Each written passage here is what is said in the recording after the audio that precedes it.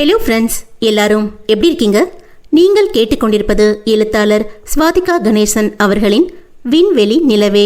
நான் உங்கள் ஆர்ஜே காயத்ரி முத்துக்குமரன். கதை உங்களுக்கு பிடிச்சதுன்னா லைக்ஸ் அண்ட் கமெண்ட்ஸ் கொடுத்துருங்க. அப்படியே உங்க ஃப்ரெண்ட்ஸுக்கும் ஷேர் பண்ணுங்க. உங்களுடைய கமெண்ட்ஸ் தான் எங்களுக்கான எனர்ஜி டானிக். மறக்காம சப்ஸ்கிரைப் பண்ணி கதை கேளுங்க. வாங்க கதைக்குள்ள போகலாம். விண்வெளி நிலவே. அத்தியாயம் 1. அந்த பெரிய பங்களா வீடு அலங்கார விளக்குகளால் ஜொலித்துக் கொண்டிருந்தது. விடிந்தால் திருமணம் என்ற நிலையில் அந்த பின்னிரவு வேளையில் வீட்டில் உள்ள அனைவரும் ஆழ்ந்து உறங்கிக் கொண்டிருந்தனர். மணப்பெண் வெண்ணிலாவை தவிர. அவளது அறையின் ஜன்னல் அருகே அமர்ந்து வானத்தை வெறித்துக் கொண்டிருந்தாள். நிறைய அழுதிருப்பாள் போல. அவளது குண்டு கன்னங்களில் கண்ணீரின் தடம் காய்ந்து போய் இருந்தது. விடிவதற்கு இன்னும் சற்று நேரம்தான் இருக்கிறது. அதற்குள் வெண்ணிலாவின் அழுகைக்கான காரணத்தை பார்த்து விடலாம். நல்ல சிவம் ஆனந்தி தம்பதியரின் ஒரே மகள் வெண்ணிலா. 8 வயது வரை எந்தவித துன்பமும் இல்லாமல் சிட்டுக்குருவி போல் துள்ளி திரிந்து கொண்டிருந்தாள். அந்த வயதிலேயே நன்றாக படித்து விண்வெளி ஆராய்ச்சி மையத்தில் வேலை பார்க்க வேண்டும் என்பது அவளது கனவாக இருந்தது. நல்ல சிவமும் ஆனந்தியும் பெயரளவுக்கு தான் கணவன் மனைவி. அவர்களுக்குள் எந்த ஒற்றுதலும் இருந்ததில்லை. நல்ல சிவம் ஆனந்தியின் தங்கை அருந்ததியைத்தான் விரும்பினார். ஆனால் வெளியில் சொல்ல தைரியம் இல்லாததால் பெற்றோர் கை காட்டிய ஆனந்தியை மணந்து கொண்டார். ஏதோ ஒரு நாள் உணர்ச்சி மிகுதியில் ஆனந்தியை நெருங்கிவிட்டார். அதில் உருவானவள்தான் வெண்ணிலா. பிடிக்காத மனைவிக்கு பிறந்த குழந்தை என்பதால் வெண்ணிலாவும் அவருக்கு ஆகாதவளாகி போனாள். தந்தையின் பாசம் என்றால் என்ன என்பதை அறியாமல் வளர்ந்தாள் வெண்ணிலா. ஆனால் அவளை ஏங்க விடாமல் பார்த்து கொண்டார் ஆனந்தி.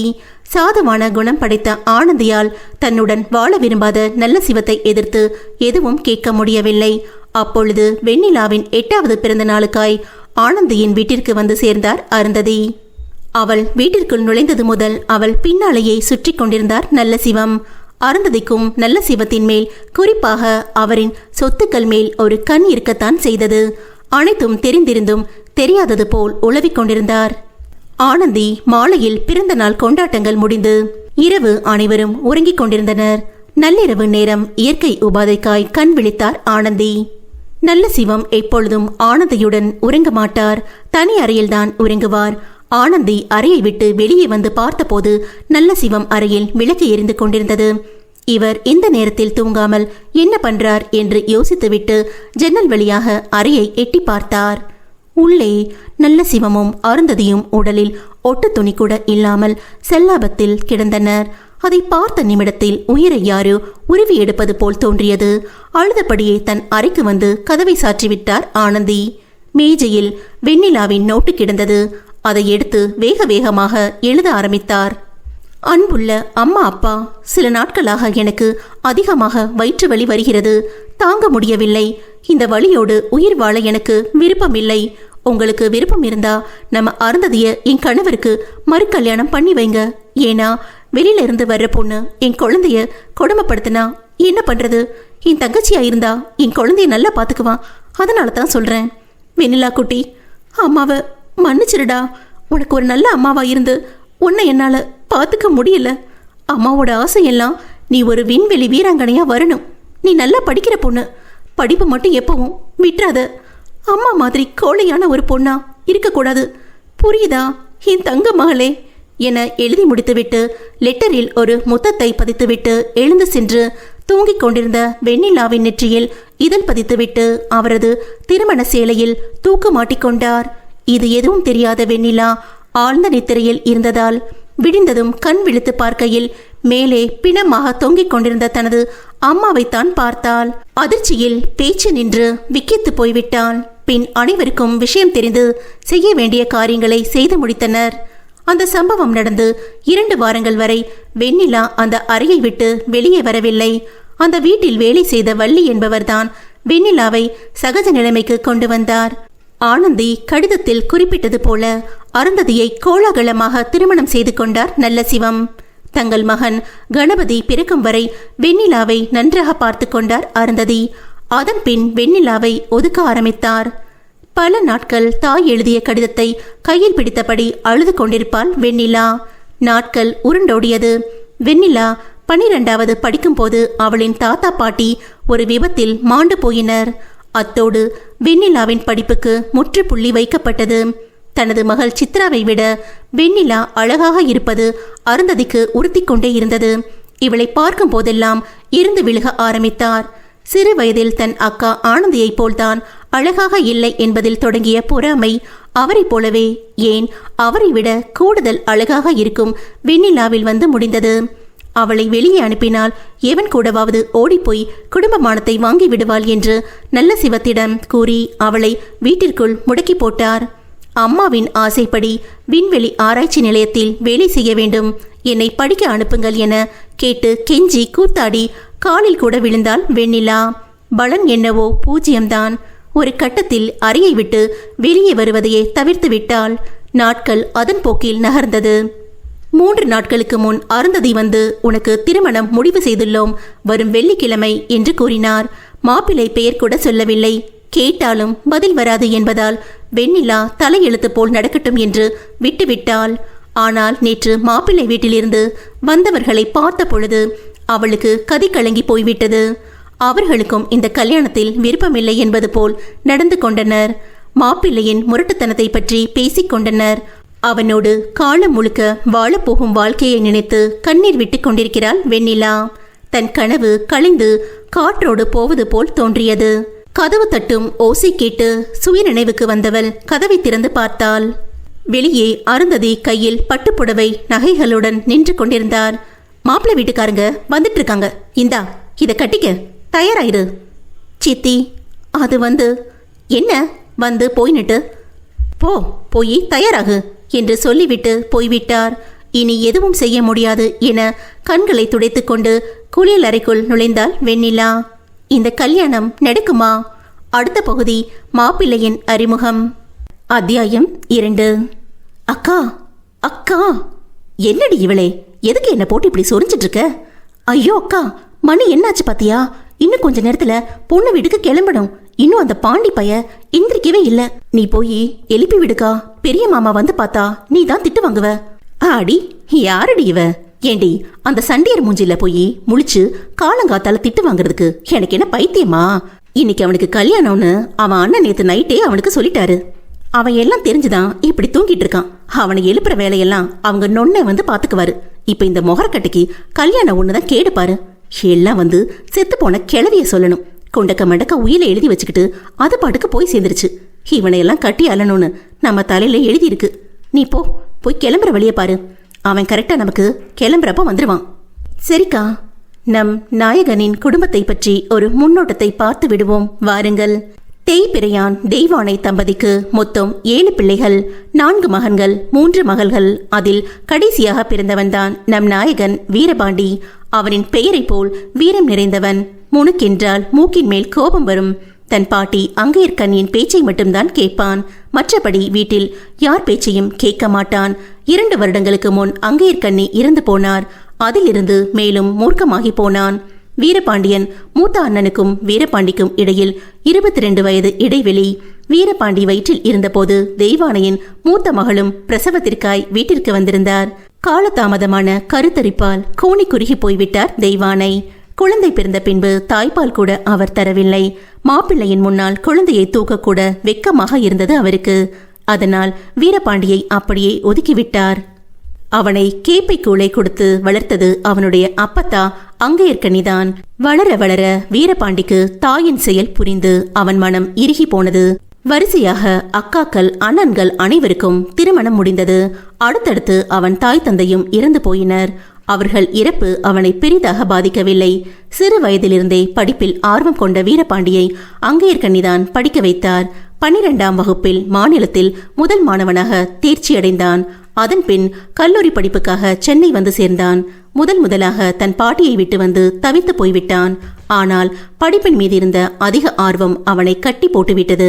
மெரைன் இன்ஜினியரிங் படிப்பில் சேர்ந்து 2ஆம் வருடம் முடித்திருந்த பொழுதுதான் அவன் வாழ்க்கையை புரட்டி போட்ட அந்த சம்பவம் நடந்தது. அங்கையர்கண்ணி அவனை விட்டு போய்விட்டார் என்ற செய்தி இடியாக தாக்கியது.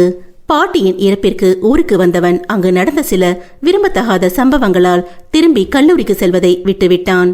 6 மாதங்களுக்கு முன் அங்கையர்கண்ணியை பார்ப்பதற்கும் அவர் இறப்பில் அவரை சடலமாக பார்ப்பதற்கும் பெரிய அளவில் வித்தியாசம் இருந்தது. வயது ஆனாலும் திடகாத்திரமான உடல்வாகுடன் இருந்தவர் இறந்தபோது உடல் மெலிந்து தேகம் குறுகி போய் காய்ந்த வற்றல் போல் கிடந்தார். அவர்தான் அங்கையர்கண்ணி என்பதை அவனால் நம்ப முடியவில்லை. அவரது சாவில் ஏதோ மர்மம் உள்ளது என்பது அவனுக்கு புரிந்தது. அவரின் இறப்பிற்கு பின் 10 நாட்கள் கழித்து சென்னைக்கு கிளம்பலாம் என்று நினைத்த பொழுது அவர்களின் குடும்ப வக்கீல் வந்திருந்தார். அந்த குடும்பத்தின் மொத்த சொத்துக்களும் அங்கேற்கண்ணி பேரில்தான் இருந்தது. எனவே அதை பற்றி பேசத்தான் வக்கீல் வந்திருக்கிறார் என்பது அனைவருக்கும் புரிந்தது. வக்கீல் அனைவரையும் ஒருமுறை பார்த்துவிட்டு வீரபாண்டியன் அருகில் வந்தார். அவன் தோளில் ஆறுதலாக தட்டிவிட்டு நாற்காலியில் அமர்ந்தார். என்ன வக்கீல் சார், அமைதியாவே இருக்கீங்க? பட்டுன்னு யாராருக்கு என்னென்ன சொத்துன்னு சொல்லுங்க. முதல்ல இந்த பூர்வீக வீடு யாருக்குன்னு சொல்லுங்க என்றார் வீட்டின் மூத்தவர். சொல்றேன் செல்லப்பாண்டி, உங்க எல்லாருக்கும் தெரியும் அப்பத்தா பேர்ல தான் இந்த குடும்பத்தோட மொத்த சொத்தும் இருந்துச்சுன்னு. 6 மாசத்துக்கு முன்னாடி ஒரு நாள் அப்பத்தா என்ன வர சொல்லி இருந்தாங்க உயில் எழுதுறதுக்கு. நான் வந்தப்ப பொம்பளைங்க தான் வீட்டுல இருந்தாங்க. அவங்க முன்னாடி உயிலுக்கான விவரங்களை என்கிட்ட அப்பத்தா சொல்ல விரும்பல. என்னை தனியா கூட்டிட்டு போய் தான் சொன்னாங்க. அவங்க சொன்ன மாதிரி நானும் உயில் தயார் பண்ணிட்டேன்.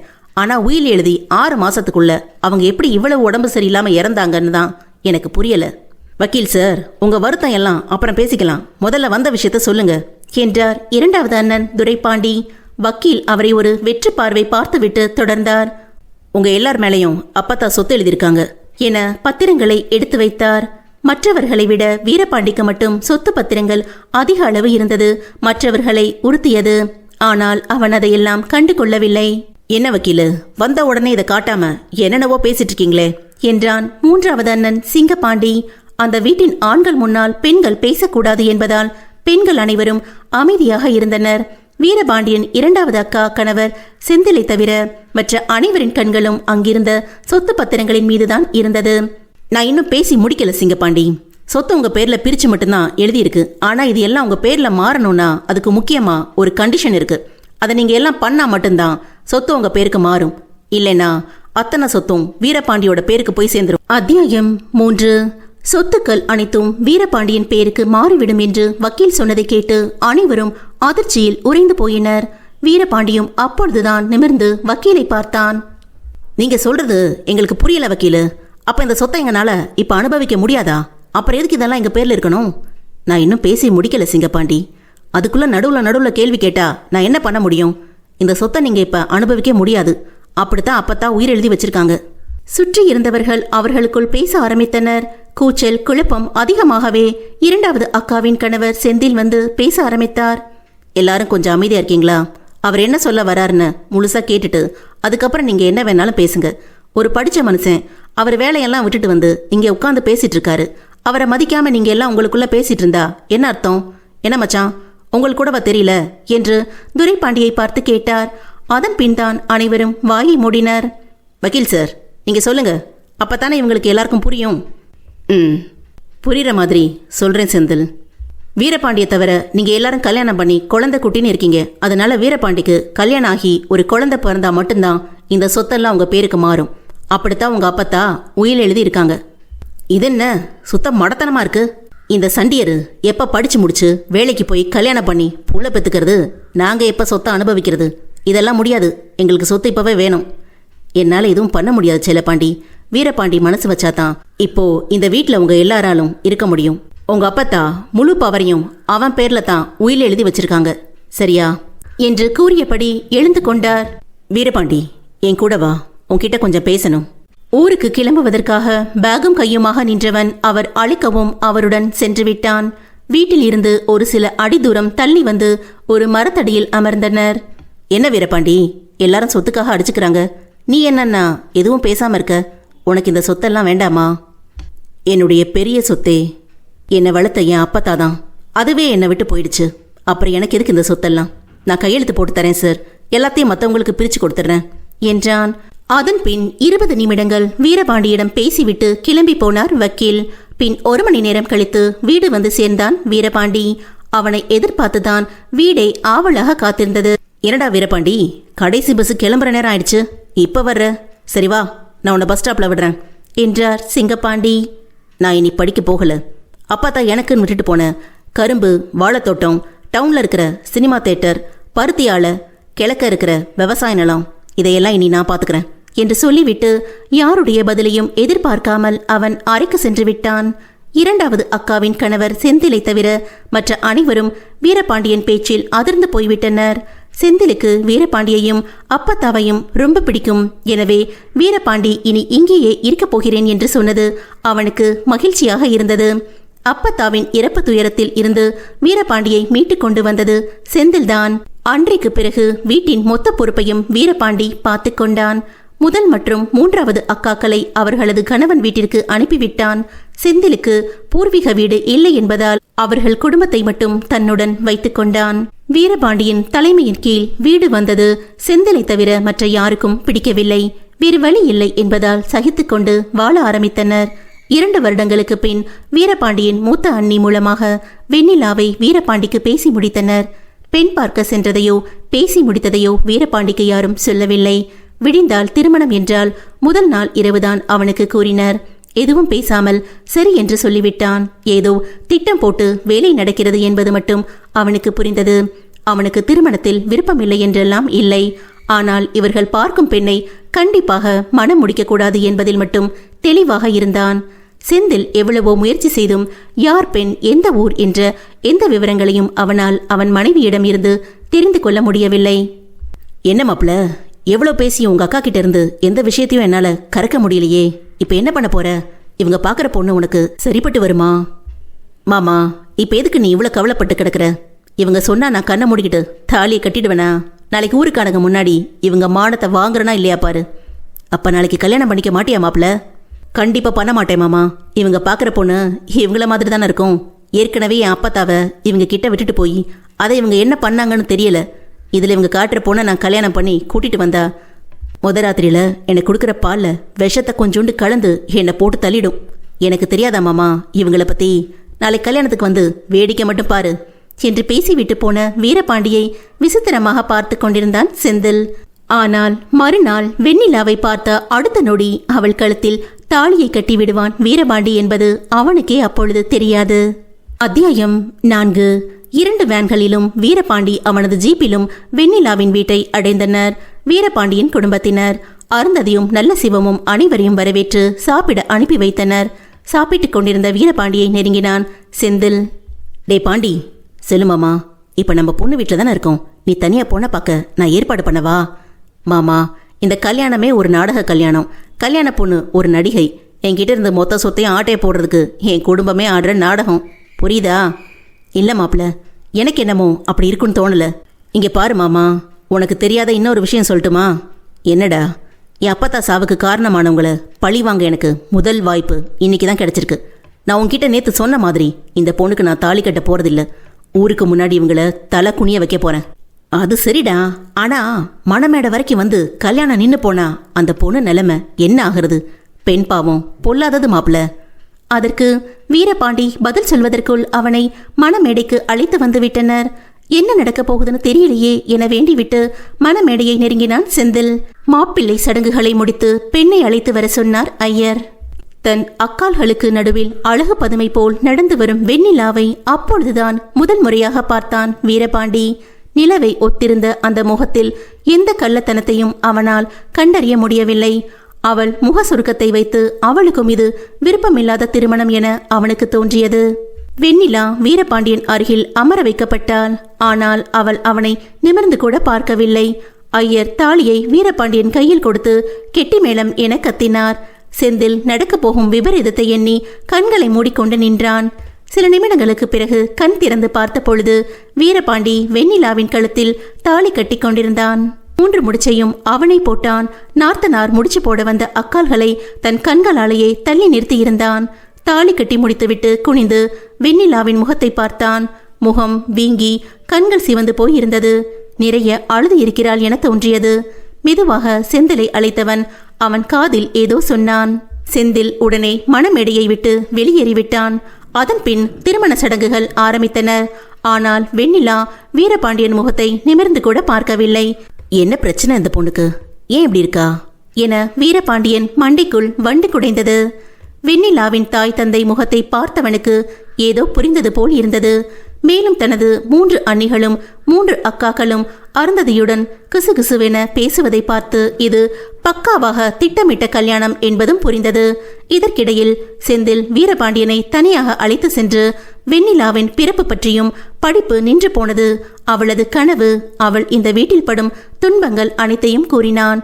வீரபாண்டிக்கு வந்த கோபத்தில் முகம் சிவந்து போனது. படிக்கணும்னு ஆசைப்பட்ட பிள்ளைய போய் இப்படி கொடுமைப்படுத்தியிருக்காங்களே, நம்ம குடும்பத்து மேல இருக்கிற கோபத்துல இந்த பொண்ணை பத்தி விசாரிக்காம போனது எவ்வளவு பெரிய முட்டாள்தனம் என தன்னையே நொந்து கொண்டான். தூரத்தில் அருந்ததியும் தனது 3 அண்ணிகளும் வெண்ணிலாவை சூழ்ந்து நின்று ஏதோ சொல்லுவதும் அருந்ததி வெண்ணிலாவின் கையை பிடித்து முறுக்குவதும் தெரிந்தது. அதன் பின் வீரபாண்டி ஒரு நிமிடம் கூட தாமதிக்கவில்லை. வேகமாக வந்தவன் கூடியிருந்த அனைவரையும் விலக்கிவிட்டு வெண்ணிலாவின் கையை பிடித்தபடி நடக்க ஆரம்பித்தான். அங்கிருந்த மொத்த கூட்டமும் மெய் மறந்து போய் வெண்ணிலாவையும் வீரபாண்டியையும் தான் பார்த்து கொண்டிருந்தது. வெண்ணிலா அப்போது கூட நிமிர்ந்து பார்க்கவில்லை. தனது ஜீப்புக்கு அழைத்து வந்தவன் கதவை திறந்துவிட்டு வெண்ணிலாவை அமர சொன்னான். அப்பொழுதுதான் வெண்ணிலா நிமிர்ந்து வீரபாண்டியை பார்த்தாள். இருவரின் விழிகளும் ஒன்றோடு ஒன்று கலந்த அந்த நொடியில் பின்னாலேயே வந்த அருந்ததியின் குரலில் மீண்டும் குனிந்து கொண்டாள் வெண்ணிலா. என்னங்க மாப்பிள்ள, இத்தனை பேர் முன்னாடி பொண்ணு கையை பிடிச்சிட்டு இழுத்துட்டு வரீங்க, பாக்குறவங்க எல்லாம் என்ன நினைப்பாங்க? முதல்ல கையை விடுங்க, எங்களுக்கு அசிங்கமா இருக்கு. செந்திலும் பின்னாலேயே ஓடி வந்தான். என்ன மாப்பிள்ளது, இன்னும் செய்ய வேண்டிய முறை சடங்கு எல்லாம் நிறைய இருக்கு. நீ பாட்டுக்கு இந்த புள்ளைய கூட்டிட்டு எங்க கிளம்புற? மதிய சாப்பாட்டுக்கு பந்தி போட்டிருக்காங்க, வா போய் சாப்பிட்டு அப்புறமா வீட்டுக்கு கிளம்பலாம். வீரபாண்டி செந்திலை ஒரு முறை பார்த்தான். அந்த பார்வையிலேயே செந்திலுக்கு புரிந்து போனது வீரபாண்டியின் கோபத்தின் அளவு. அதன் பின் எதுவும் பேசாமல் வாயை மூடிக்கொண்டு ஜீப்பின் மறுபுறம் போய் நின்று கொண்டான். அதான் உங்க வீட்டு ஆளுங்களே சொல்றாங்களே, மாப்பிள்ள கொஞ்சம் தள்ளி நில்லுங்க. ஹே வெண்ணிலா, அவர் தான் ஏதோ தெரியாம உன் கையை பிடிச்சி இழுத்துட்டு வந்தாருனா நீயும் கூடையே ஓடி வருவியா? எப்ப அப்படி நடக்கும்னு அலைஞ்சிட்டு கிடந்தியா? வாடி இந்த பக்கம் என்றார். அப்பொழுதும் வீரபாண்டி வெண்ணிலாவின் கையை விடவில்லை. நிதானமாக அருந்ததியை நிமிர்ந்து பார்த்தவன் வழிய விடு என்றான். என்ன மாப்பிள்ள மரியாதை இல்லாம பேசுறீங்க? அப்படித்தான் பேசுவேன், வழிய விட போறியா இல்லையா? தன் சித்தியை எதிர்த்து பேசிய வீரபாண்டியை வியப்புடன் பார்த்தாள் வெண்ணிலா. மனதிற்குள் கைத்தட்டி விசில் அடித்து சிரிக்க வேண்டும் போல் இருந்தது. இனி தன் வாழ்க்கை சரியாகிவிடும் என்ற நம்பிக்கையோடு வீரபாண்டியை பார்த்தாள். வீரபாண்டி வெண்ணிலாவிடம் வண்டில ஏறு என்றான். மறுநொடி ஏறி உட்கார்ந்து விட்டாள் வெண்ணிலா. அதிர்ச்சியில் உறைந்து போய் அவளை பார்த்து கொண்டிருந்தாள் அருந்ததி. வீரபாண்டி வண்டியை எடுத்த வேகத்தை பார்த்து நல்ல சிவம் வந்து அருந்ததியை இழுத்து விட்டார். இல்லை என்றால் கண்டிப்பாக அருந்ததியின் மேல் ஏற்றியிருப்பான். இனி என்ன நடக்கும்? அடுத்த பாகத்தில் காண்போம். அத்தியாயம் 5. வீரபாண்டி வெண்ணிலாவை அழைத்து சென்ற பின் பின்னாலேயே செந்திலும் அவனது வண்டியை எடுத்துக்கொண்டு கிளம்பிவிட்டான். கல்யாணத்திற்கு வந்திருந்த கூட்டம் மெதுவாக கலைந்து சென்றது. பொண்ணு மாப்பிள்ளையை போய்விட்ட பின் நமக்கு அங்க என்ன வேலை என்று நினைத்து விட்டார்கள் போல. கூட்டம் கலைந்த பின் அருந்ததியும் வீரபாண்டியன் அண்ணிகளும் அவன் அக்காக்களும் ஒன்று கூடினர். வீரபாண்டியன் அண்ணன்களையும் அண்ணிகளையும் அக்கால் மாமாக்களையும் அறிமுகப்படுத்தி விடுகிறோம். அப்பொழுதுதான் உங்களுக்கு குழப்பம் இல்லாமல் இருக்கும். மூத்த அண்ணன் செல்லப்பாண்டி, அண்ணி சுந்தரவல்லி. இரண்டாவது அண்ணன் துரைப்பாண்டி, அண்ணி நாச்சியார். மூன்றாவது அண்ணன் சிங்கப்பாண்டி, அண்ணி லக்ஷ்மி. மூத்த அக்கா சவுந்தரம், மாமா காளியப்பன். இரண்டாவது அக்கா கங்கா, மாமா செந்தில். மூன்றாவது அக்கா வசந்தி, மாமா முருகன். அனைவரும் கிளம்பிய பின் அருந்ததி சுந்தரவல்லியை பிடித்து கொண்டாள். செந்தில் வீரபாண்டியுடன் கிளம்பிவிட்டான். அவனை தவிர மற்ற அனைவரும் அங்குதான் இருந்தனர். ஏன் சுந்தரம், உன் குழந்தை என்ன இப்படி பண்ணிட்டான்? இப்படித்தான் என் ஊருக்காரங்க மத்தியில என்ன மண்ண திங்க வைக்கிறதா? இவ்வளவு நாள் செல்வாக்கா இருந்த ஊர்ல இனி எப்படி தலை நிமிர்ந்து நடக்க முடியும் சொல்லு? நீ சொன்னதை கேட்டுதானே இந்த கல்யாணத்துக்கு ஒத்துக்கிட்டேன். உனக்கு தேவை வீரபாண்டி நிம்மதியா இருக்க கூடாது, சொத்து முழுக்க உங்க பேருக்கு வரணும். எனக்கு தேவை அந்த மூதேவி வெண்ணிலா உயிரோட இருக்க கூடாது. நீங்க எல்லாம் அவளை படுத்துற டார்ச்சர்ல அவளை ஏதாச்சும் பண்ணிக்கிட்டு செத்து போவான்னு நினைச்சேன். ஆனா இன்னைக்கு நடந்ததை பார்த்தா நம்ம எதிர்பார்த்தது நடக்காது போல இருக்கே. உன் குழந்தை அந்த மூதேவிய தலைமையில வச்சு தாங்குவான் போல இருக்கு. அந்த கழுத என் பேச்ச மீறி ஜீப்ல ஏறி உட்கார்ந்துட்டு போறா. என்னதான் நடக்குதுங்க? என்ன சுந்தரவல்லி, நான் பேசிக்கிட்டே இருக்கேன், நீ இடிச்ச புலி மாதிரி உட்கார்ந்துட்டு இருக்க. ஏதாவது பேசு. எனக்கே புரியல இருந்ததே. எனக்கு நல்லா தெரியும் எங்களை அசிங்கப்படுத்தணும், அதுக்காக தான் இந்த கல்யாணத்தை நிறுத்தணும், அதுதான் அவன் நோக்கம். ஆனா எப்படி இந்த பிரச்சனை பண்ணாம தாலி கட்டினான்னு தெரியல. அடி பாவி, அப்ப நீயும் கல்யாணம் நிக்கணும் தான் எதிர்பார்த்துட்டு இருந்தியா? போற அருந்ததி, வீரபாண்டி தாலி கட்ட மாட்டேன்னு சொல்லியிருந்தா சொத்து முழுக்க நீ வச்சுக்கணும், அதுக்காகத்தான் கல்யாணம் வேணான்னு சொல்றியான்னு அவன் சட்டையை பிடிச்சு கேட்கணும்னு நினைச்சிட்டு இருந்தேன். அதுக்கு வழி இல்லாம இந்த வெள்ளெல்லி வெண்ணிலாவை பார்த்த உடனே தாலி கட்டுவான்னு நான் எதிர்பார்க்கவே இல்லை. என்னமோ போ சுந்தரவல்லி, எனக்கு என்னவோ நடந்தது எதுவும் சரியா படல. எங்க செல்லப்பாண்டி, எனக்கு ஒரு சந்தேகம். நல்ல சிவம் மெதுவாக பேச்சை ஆரம்பித்தார். அனைவரும் நல்ல சிவத்தை நோக்கி திரும்பினர். உங்களுக்கு என்ன சந்தேகம் சொல்லுங்க. என் பொண்ணுங்கிறதுக்காக கேட்கல, ஏதோ ஒரு பொண்ணை கல்யாணம் பண்ணி அந்த வீரபாண்டி பிள்ளைய பெற்றுக்கிட்டா நல்லது தானே? உங்களுக்கு எல்லாம் உங்க பேர்ல இருக்கிற சொத்து வரும்ல, அப்படியே அவன் அவமானப்படணும், நிம்மதியா இருக்கக்கூடாதுன்னு நினைக்கிறீங்க? எனக்கு புரியல. வீரபாண்டியின் உறவினர்கள் மொத்தமும் நல்ல சிவத்தை தீயாக முறைத்தனர். நல்ல சிவமே ஒரு நிமிடம் அரண்டு போய்விட்டார். ஏன் அருந்ததி, நான் இப்ப என்ன கேட்டுட்டேன்னு இவங்க எல்லாரும் என்ன இப்படி முறைக்கிறாங்க? அவரை விட சுந்தரவல்லி, எனக்கே இந்த சந்தேகம் இருக்கு என்றார் அருந்ததி. சுந்தரவல்லி ஏதோ பேச ஆரம்பித்த பொழுது அதை தடுத்து சிங்கப்பாண்டி தொடர்ந்தார். இருங்க அண்ணி, அவங்க சந்தேகத்துக்கு நான் பதில் சொல்றேன். எல்லாரும் நல்லா கேட்டுக்கோங்க. அந்த கிழவி எங்க எல்லார் பேர்லையும் எழுதி வச்சிருக்கிற சொத்து எங்க குடும்ப சொத்துல இருந்து 3ல் 1 பகுதி தான். சொல்ல போனா 3 பகுதியில 1 பகுதி கூட இல்ல, கால்வாசி தான். வீரபாண்டிக்கு பிள்ளை பிறந்து எங்க பேருக்கு சொத்து வந்தாலும் வீரபாண்டிக்கு தான் அதிகமா போகும். கிட்டத்தட்ட 60ல் இருந்து 70 கோடி. வீரபாண்டி தற்கொலை பண்ணிக்கிட்டு செத்தா மட்டும்தான் அந்த சொத்து எல்லாம் எங்க பேருக்கு வரும்.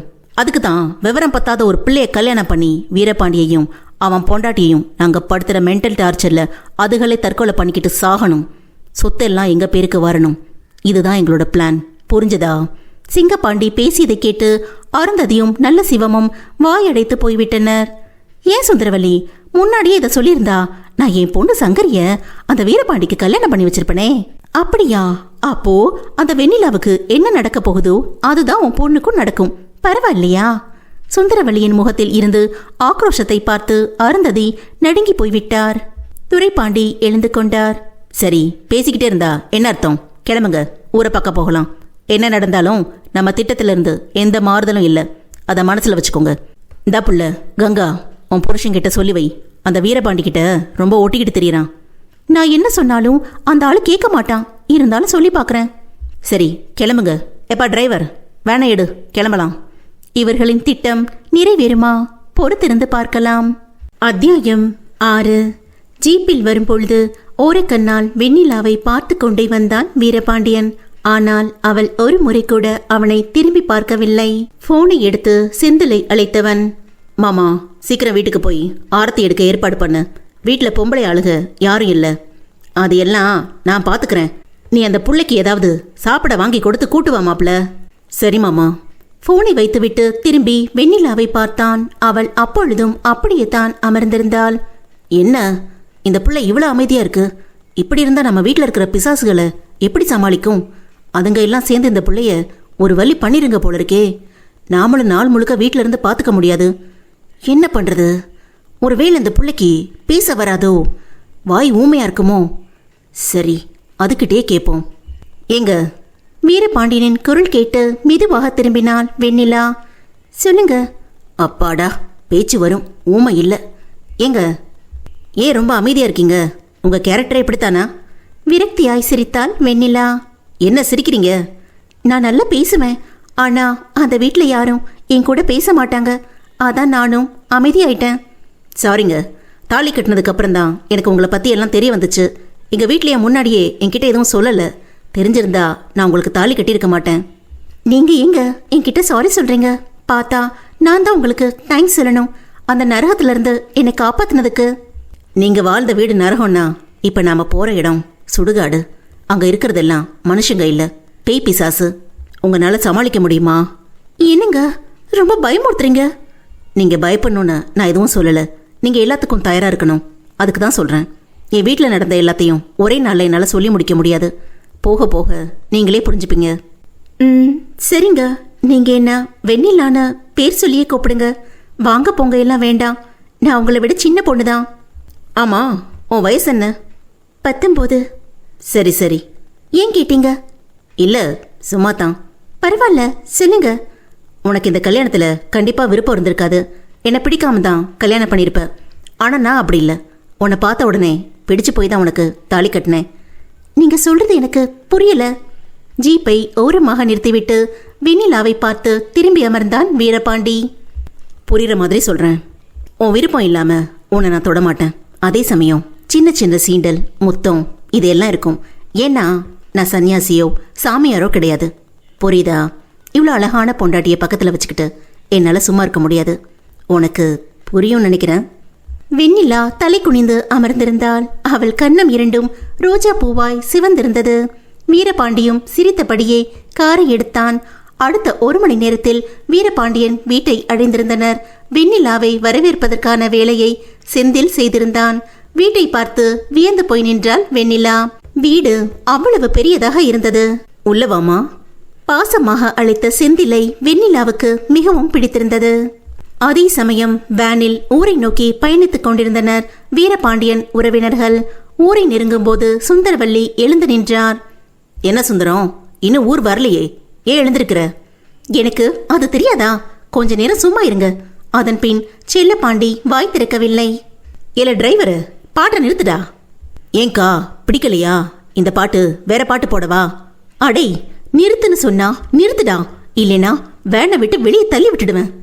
ஆத்தி, பெரிய லம்பாடி பொம்பளையா இருப்பா போல இருக்கே, நமக்கு என்ன என பாட்டை நிறுத்திவிட்டான் டிரைவர். சுந்தரவல்லி பேச ஆரம்பித்தாள். எல்லாரும் கவனிங்க, இந்த நேரம் அந்த பாண்டி பையன் அந்த வெண்ணிலா பிள்ளை கிட்ட நம்மளை பத்தி கொஞ்சமாச்சும் சொல்லியிருப்பான். அது நம்மளை பார்த்தாலே மிரண்டு போய் தான் முழிக்கும். நம்மளோட முதல் வேலை அந்த பிள்ளைக்கும் நம்ம மேல இருக்கிற பயத்தை மாத்தணும். நம்ம நல்லவங்க தான்னு அது மனசுல பதிய வைக்கணும். அதை வச்சு அவங்க 2 பேருக்குள்ளேயும் சண்டை மூட்டி விடணும். அந்த பிள்ளைகிட்ட எல்லாரும் நல்லா பேசுங்க. அதுதான் நம்மளோட முதல் திட்டம். புரியுதா? அனைவரும் ஆட்டு மந்தை கூட்டம் போல் தலையாட்டினர். இவர்கள் வீட்டிற்கு வருவதை பார்த்து வீரபாண்டி செந்திலை அழைத்துக் கொண்டு வெளியே கிளம்பிவிட்டான். வெண்ணிலா செந்திலின் தங்கை குணவதியுடன் வீரபாண்டியின் அறையில் இருந்தாள். வீரபாண்டி வெளியேறியதை பார்த்த சுந்தரவல்லி முதல் ஆளாக வெண்ணிலாவை பார்க்க சென்றார். பின் பெண்கள் அனைவரும் ஒவ்வொருவராக உள்ளே சென்றனர். தேன் தடவிய வார்த்தைகளால் பேசினர். செந்திலின் தங்கையை நேக்காக வெளியே அனுப்பிவிட்டனர். அனைவரும் பேசிவிட்டு வெளியேறிய பின் வெண்ணிலா யோசிக்க ஆரம்பித்தாள். ஏன் இவ்வளவு நல்லவங்களை போய் இவர் பேய் பிசாசுன்னு சொல்றாரு? எவ்வளவு பாசமா பேசுறாங்க எல்லாரும். அவங்க எல்லாம் நல்லவங்க தான், இவருக்கு தான் புரியல போல இருக்கு. வரட்டும், பேசி புரிய வைக்கணும் என நினைத்து கொண்டாள் வெண்ணிலா. வெண்ணிலாவால் வீரபாண்டிக்கு புரிய வைக்க முடியுமா? என்ன நடக்கும்? அடுத்த பாகத்தில் காண்போம். அத்தியாயம் 7. வெளியே சென்றிருந்த வீரபாண்டிக்காய் காத்திருந்தாள் வெண்ணிலா. ஜீப்பில் வரும் பொழுது தன் குடும்பத்தினர் பற்றி மேலோட்டமாக சொல்லியிருந்தான் வீரபாண்டி.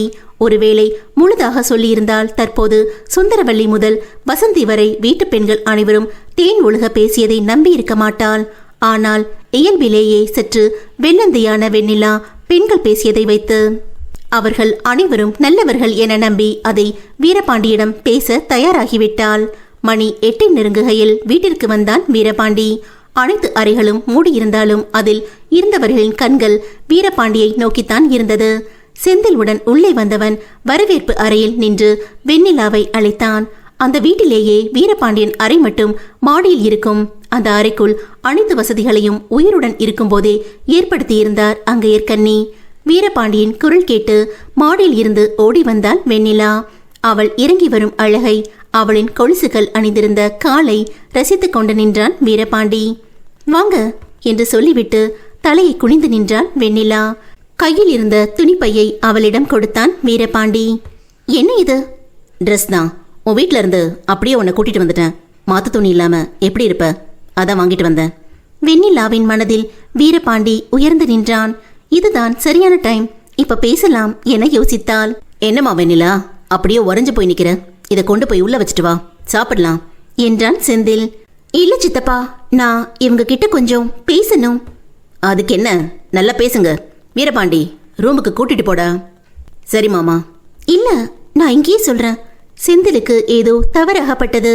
சுந்தரவல்லிக்கு தனது முதல் திட்டம் வெற்றி பெறப் போவதாக தோன்றியது. கண்களையும் காதுகளையும் கூர்மையாக்கி பார்த்து கொண்டிருந்தாள். அவ்வளோ அவசரமா? என்ன பேச போற? சொல்லு வெண்ணிலா. நீங்க ஜீப்ல வரப்ப உங்க வீட்டுல இருக்கிறவங்கள பத்தி சொன்னீங்கல்ல, அது எல்லாம் தப்புங்க. அவங்க யாரும் அப்படி இல்ல. நீங்க தப்பா புரிஞ்சு வச்சிருக்கீங்க. நீங்க கிளம்பின அப்புறம் எல்லாரும் என்கிட்ட வந்து பேசுனாங்க. எல்லாரும் நல்லவங்க தான். நீங்க அவங்க யார்கிட்டயும் பேச மாட்டீங்களாமே, அதை நினைச்சு அவங்க எல்லாரும் வருத்தப்படுறாங்க தெரியுமா? செந்திலுக்கு வயிற்றுக்குள் பயப்பந்து உருண்டது. ஐயையோ, என்ன இந்த பிள்ளை இப்படி பேசுது? வீரபாண்டியன் முகம் கோபத்தில் சிவந்து விட்டது. அதை அறியாமல் பேசிக்கொண்டிருந்தாள் வெண்ணிலா. செந்தில் வேகமாக வெண்ணிலாவின் அருகில் வந்தான். என்னம்மா, நீ வந்த நாளே இதையெல்லாம் பேசணுமா? போக போக எல்லாம் சரியாயிடும். நீ முதல்ல ரூமுக்கு போ. இருங்க சித்தப்பா, கூடவே இருக்கீங்களே, அவருக்கு நல்லது கெட்டதெல்லாம் எடுத்து சொல்ல மாட்டீங்களா நீங்க? கங்கா சித்தி கூட ரொம்ப வருத்தப்பட்டாங்க தெரியுமா? போச்சு, என்ன நடக்க போகுதோ தெரியலையே. வீரபாண்டியன் அமைதி வேறு செந்திலுக்கு அச்சத்தை கொடுத்தது. இதற்கு மேலே இதை வளரவிடக்கூடாது என யோசித்து, மாப்பிள்ள, அந்த பிள்ளை ஏதோ தெரியாம பேசுது. வீட்டுக்குள்ள வந்த உடனே ஏதோ பேசி அந்த புள்ள மண்டைய குழப்பிட்டாங்க போல. நீ வா, நம்ம வெளியே போயிட்டு வரலாம். செந்தில் அவனது தங்கை குணவதியை அழைத்தான். குணவதி, நீ வெண்ணிலாவ மேல கூட்டிட்டு போ. சரிண்ண, நீ வா வெண்ணிலா. ஒரு நிமிஷம் இரு குணா. ஏங்க, எல்லாரும் பேசுறாங்க, நீங்க பேச மாட்டீங்களா? வாங்க, இப்பவே போய் வீட்டுல எல்லார்கிட்டையும் பேசலாம் என வீரபாண்டியன் கையை பிடித்து இழுத்தாள். அடுத்த நொடி வீரபாண்டியன் விட்ட அறையில் அருகே இருந்த தூணில் மோதி கீழே விழுந்திருந்தாள் வெண்ணிலா. சுந்தரவள்ளியின் சிரிப்பு சத்தம் வீடு முழுக்க எதிரொலித்தது. டே பாண்டி, இது என்ன பழக்கம்? நீ வா முதல்ல. குணா, அந்த புள்ளைய நீ மேல கூட்டிட்டு போ. எதுவும் பேசாமல் அழுது கொண்டே குணவதியுடன் மாடிக்கு சென்று விட்டாள் வெண்ணிலா. வீரபாண்டி அடிப்பான் என வெண்ணிலா எதிர்பார்த்திருக்கவில்லை. இப்பொழுதும் தவறாக எதுவும் சொல்லவில்லையே, எதுக்கு அடித்தார் என யோசித்துக் கொண்டிருந்தாள். தனியாக இருக்க வேண்டும் என கூறி குணவதியை அனுப்பிவிட்டு மெத்தையில் குப்புறப்படுத்து அழுது கொண்டிருந்தாள். செந்தில் வீரபாண்டியை இழுத்துக்கொண்டு தோட்டத்திற்கு போய்விட்டான். கீழே சுந்தரவள்ளியின் தலைமையில் முதல் திட்டம் வெற்றி பெற்றதற்கான விழா நடந்து கொண்டிருந்தது. தோட்டத்தில் அமர்ந்திருந்தனர் வீரபாண்டியும் செந்திலும். வீரபாண்டியன் உடல் இன்னும் கோபத்தில் நடுங்கிக் கொண்டிருந்தது. என்ன இருந்தாலும் அந்த புள்ளை அடிச்சது தப்பு மாப்பிள்ள. நீ படிச்சவன் தானே, பொண்ணுகள் அடிக்க கூடாதுன்னு தெரியாதா? நம்மளை விட பலவீனமானவங்களை அடிக்கிறது ஆம்பளத்தனம் இல்லை மாப்பிள்ள. அந்த பிள்ளைக்கு நம்ம வீட்டில் நடந்தது எதுவும் முழுசா தெரியாது. ஏதோ எல்லாரும் பேசினதை வச்சு உன்கிட்ட கேட்டுடுச்சு. அதுக்கு போய் அடிப்பியா? இல்லை மாமா, நான் ஜீப்பில் வர்றப்பவே மேலோட்டமாக சொல்லிட்டேன். அப்போ மண்டையை ஆட்டிட்டு இப்போ வந்து இப்படி பேசினா எப்படி மாமா? அது சரி மாப்பிள்ள, அடிச்சிருக்க வேண்டாம், அதைத்தான் சொல்கிறேன். ஏற்கனவே அது கஷ்டப்பட்ட புள்ள, நீயும் அடிச்சா அது தாங்காது மாப்பிள்ள, புரியுதா? சரி மாமா, இனிமே கை வைக்க மாட்டேன். சரி இரு வரேன். செந்தில் எழுந்து போன பின் வீரபாண்டியன் மனம் வெண்ணிலாவை நினைத்து வருத்தப்பட ஆரம்பித்தது. சிறிது நேரம் கழித்து வந்து சேர்ந்தான் செந்தில். என்ன மாப்பிள்ள, நம்ம நாயர் கடையில் வாங்கின பரோட்டா அந்த புள்ளைக்கு கொடுத்துட்டு நீயும் சாப்பிட்டு தூங்கு. தயங்கியபடி அமர்ந்திருந்தான் வீரபாண்டி. என்ன மாப்பிள்ள, போ, நீ தானே அடிச்ச, போய் சமாதானப்படுத்து. புருஷன் பொண்டாட்டினா இதெல்லாம் இருக்கிறது தான். சரி மாமா. பரோட்டாவை வாங்கி கொண்டு அறையை நோக்கி நடந்தான் வீரபாண்டி. அறைக்கு வந்து பார்த்த பொழுது தூங்கிக் கொண்டிருந்தாள் வெண்ணிலா. சிவந்த கன்னத்தில் வீரபாண்டியனின் கை விரல் பதிந்திருந்தது. கண்ணீர் தடம் காய்ந்து போய் படுத்திருந்தாள். மதியமும் சரியா சாப்பிடல, இப்பவும் தூங்கிட்டாளே என தன்னைத்தானே நொந்து கொண்டான் வீரபாண்டி. சரி, எழுப்பி பார்க்கலாம் வெண்ணிலா என்ற முதல் சத்தத்திலேயே எழுந்து விட்டாள் வெண்ணிலா. வீரபாண்டியை பார்த்து முகத்தை திருப்பிக் கொண்டு கட்டிலில் சாய்ந்து அமர்ந்து விட்டாள். நீ கோபமா இருக்கிற, புரியுது. அதுக்காக சாப்பிடாம இருக்க வேண்டாம். இந்தா சாப்பிட்டு படு. எனக்கு வேண்டாம், நான் ஊட்டி விடட்டுமா என அவள் அருகில் நெருங்கிய போது வெண்ணிலாவுக்கு மூச்சு முட்டியது. இல்ல, எனக்கு பசிக்கல. ஏன் பசிக்கல? என் கண்ணை பார்த்து பேசுடி. அதை பார்க்க முடிஞ்சா நான் ஏன் இப்படி உட்கார்ந்திருக்கேன்? வெண்ணிலாவின் மைண்ட் வாய்ஸ் அலறியது. அவளது தாடையை நிமிர்த்தி கன்னத்தை பார்த்தான் வீரபாண்டி. சிறிது வீக்கமாய் சிவந்து போயிருந்தது. ரொம்ப வலிக்குதாடி? வெண்ணிலாவுக்கு கண்களில் கண்ணீர் முட்டிக்கொண்டு வந்தது. சாரிடி என்று சொல்லிவிட்டு கன்னத்தில் தன் இதழை பதித்தான் வீரபாண்டி. அத்தியாயம் 8. அடித்த கன்னத்தை பார்த்து சாரிடி என்று சொல்லிவிட்டு அதே கன்னத்தில் தன் இதழை பதித்திருந்தான் வீரபாண்டி. வெண்ணிலா கண்களை இறுக மூடிக்கொண்டாள். 5 நிமிடங்களுக்கு மேல் நீடித்தது அந்த முத்தம். வெண்ணிலா மூச்சு விடுவதற்கு சிரமப்படுவதை அறிந்த பின்னே அவளை விட்டு விலகினான்.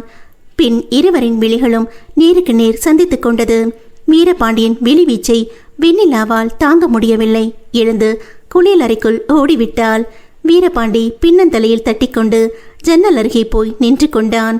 குளியல் அறைக்குள் பெரிய பெரிய மூச்சுகளாக விட்டு கொண்டிருந்தாள் வெண்ணிலா. என்ன இது, வந்த முதல் நாளே இப்படி பண்றாரு? இப்போ எதுக்கு எனக்கு முத்தம் கொடுத்தார்? ஐயோ கடவுளே என குழம்பிக் கொண்டு இருந்தாள். அடி மக்கு வெண்ணிலா, இன்னைக்கு உனக்கு முத ராத்திரி. அந்த பையன் வெறும் முத்தத்தோட விட்டுட்டான்னு நினைச்சு சந்தோஷப்படு. அதை விட்டுட்டு புலம்பிட்டு இருக்க என்று மனசாட்சி காரி துப்பியது. அட ஆமால்ல, அதை எப்படி மறந்த? கல்யாணம் நடக்கக்கூடாதுன்னு வேண்டிட்டு இருந்தேனே தவிர கல்யாணம் நடந்தா அதுக்கப்புறம் என்னென்ன நடக்கும்னு யோசிக்காம விட்டுட்டனே. என்ன பண்றது என தாமதமாக அதை பற்றி யோசித்துக் கொண்டிருந்தாள். இவ என்ன உள்ள போய் இவ்வளோ நேரம் ஆச்சு, கதவை திறக்கல, மயக்கம் போட்டு விழுந்துட்டாளா என யோசித்து விட்டு கதவை தட்டினான் வீரபாண்டி. வெண்ணிலா, ஏய் வெண்ணிலா, என்ன பண்ற? வெளியே வா. 2 minutes வர உள்ளே போன குரலில் சொன்னாள் வெண்ணிலா. பரோட்டாவை அவளுக்கும் தனக்கும் தட்டில் எடுத்து வைத்துவிட்டு காத்திருந்தான். முகத்தை துடைத்துவிட்டு வெளியே வந்தவள் வீரபாண்டியை பார்த்துவிட்டு, எனக்கு பசிக்கல, நீங்க சாப்பிடுங்க என்றாள். உனக்கு இப்ப பசிக்குதானே நான் கேட்கவே இல்லையே, வந்து சாப்பிடு வா. எங்க ஊர்ல இந்த கடையில தான் பரோட்டா நல்லா இருக்கும், உனக்கு பிடிக்கும், வா. கீழே அத்தனை பேருக்கு முன்னாடி அடிச்சிட்டு இப்ப வந்து எதுக்கு கொஞ்சறீங்க? எதுக்கு சாப்பிட சொல்றீங்க? மூக்கு விடைக்க கேள்வி கேட்டால் வெண்ணிலா. உன் கேள்விக்கெல்லாம் நான் பதில் சொல்றேன், வந்து சாப்பிடு. எனக்கு முதல்ல பதில் சொல்லுங்க, அது வரைக்கும் நான் சாப்பிட மாட்டேன். வெண்ணிலா, என் பொறுமையை சோதிக்காத.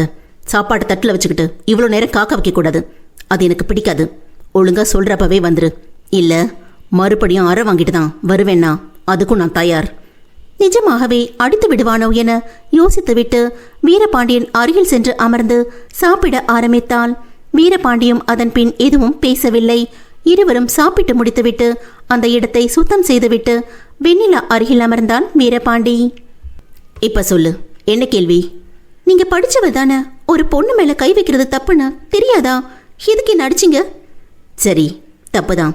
அப்ப நீ பண்ணது மட்டும் சரியா? ஜீப்ல வர்றப்போ அவ்வளோ தூரம் சொல்லியும் கூட அவங்களுக்கு சப்போர்ட் பண்ணி என்கிட்ட பேசுற, உனக்கு அறிவில்லையா? வீரபாண்டி அப்படி கேட்டவுடன் வெண்ணிலா முகம் சுருங்கிவிட்டது. வீரபாண்டி வெண்ணிலாவின் கைகளை எடுத்து தன் கைகளுக்குள் வைத்துக்கொண்டு பேச ஆரம்பித்தான். இங்க பாருடி, உனக்கு அவங்களெல்லாம் பத்தி முழுசா தெரிஞ்சிருந்தா அப்படி பேச மாட்ட. வந்த அன்னைக்கே எல்லாத்தையும் சொல்ல வேண்டாம்னு நினைச்சது என் தப்பு தான். சரி, இப்ப சொல்லுங்க, நீங்க இவ்வளவு வெறுக்கிற அளவுக்கு அவங்க என்ன தப்பு பண்ணாங்க? வீரபாண்டி அவனின் சிறு வயது முதல் படிப்பின் மீது இருந்த ஆர்வம், அப்பத்தாவின் இறப்பு, உயில் விவரங்கள், அதன் பின் நடந்த சம்பவங்கள் என அனைத்தையும் ஒன்று விடாமல் சொன்னான்.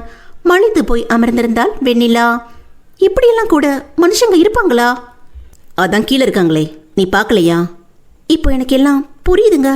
பாவம் பாட்டி, அவங்கள என்னவெல்லாம் இவங்க கொடுமை பண்ணாங்களோ.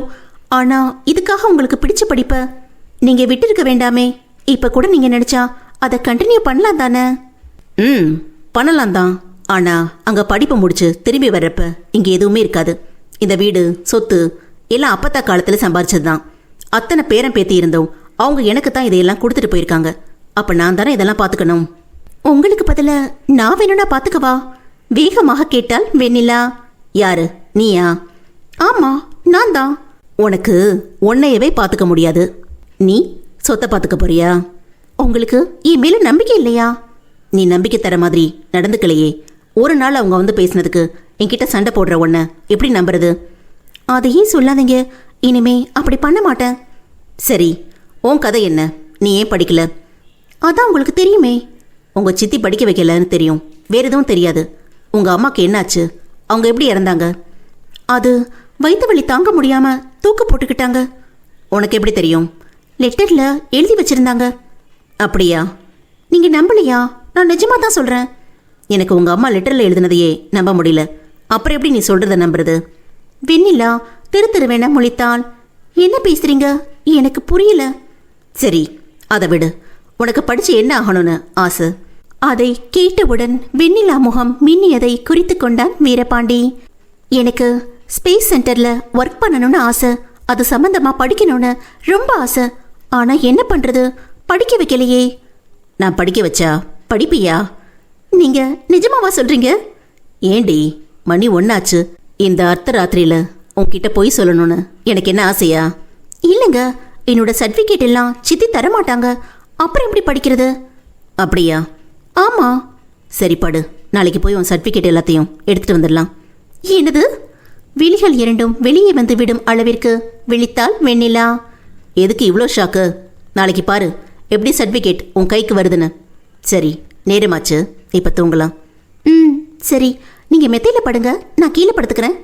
ஏன்? எங்கே படுடி, நான் உன்னை ஒன்றும் பண்ணிட மாட்டேன் என்று சொல்லிவிட்டு அவளை அணைத்து கொண்டு படுத்து விட்டான் வீரபாண்டி. வெண்ணிலாவுக்கு தான் தூக்கம் தூரமாய் போய்விட்டது. அத்தியாயம் 9. வீரபாண்டியின் கை வலிவுக்குள் படுத்திருந்தாள் வெண்ணிலா.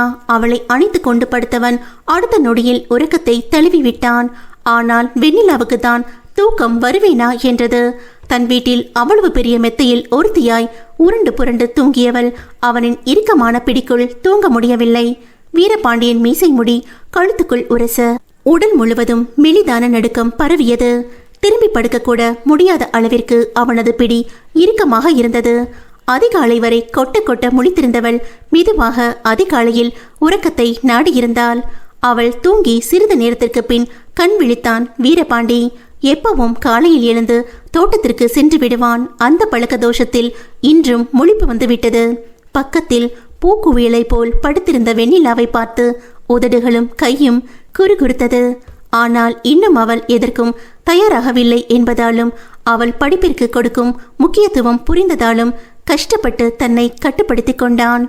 அவள் தூக்கம் கலைந்து விடாமல் மெதுவாக எழுந்து கொண்டவன் கால் முட்டி வரை மேலே ஏறியிருந்த சேலையையும் அங்கங்கள் தெரிந்த ஆபத்தான வளைவுகளையும் பார்த்து குளியல் அறைக்குள் ஓடியே விட்டான்.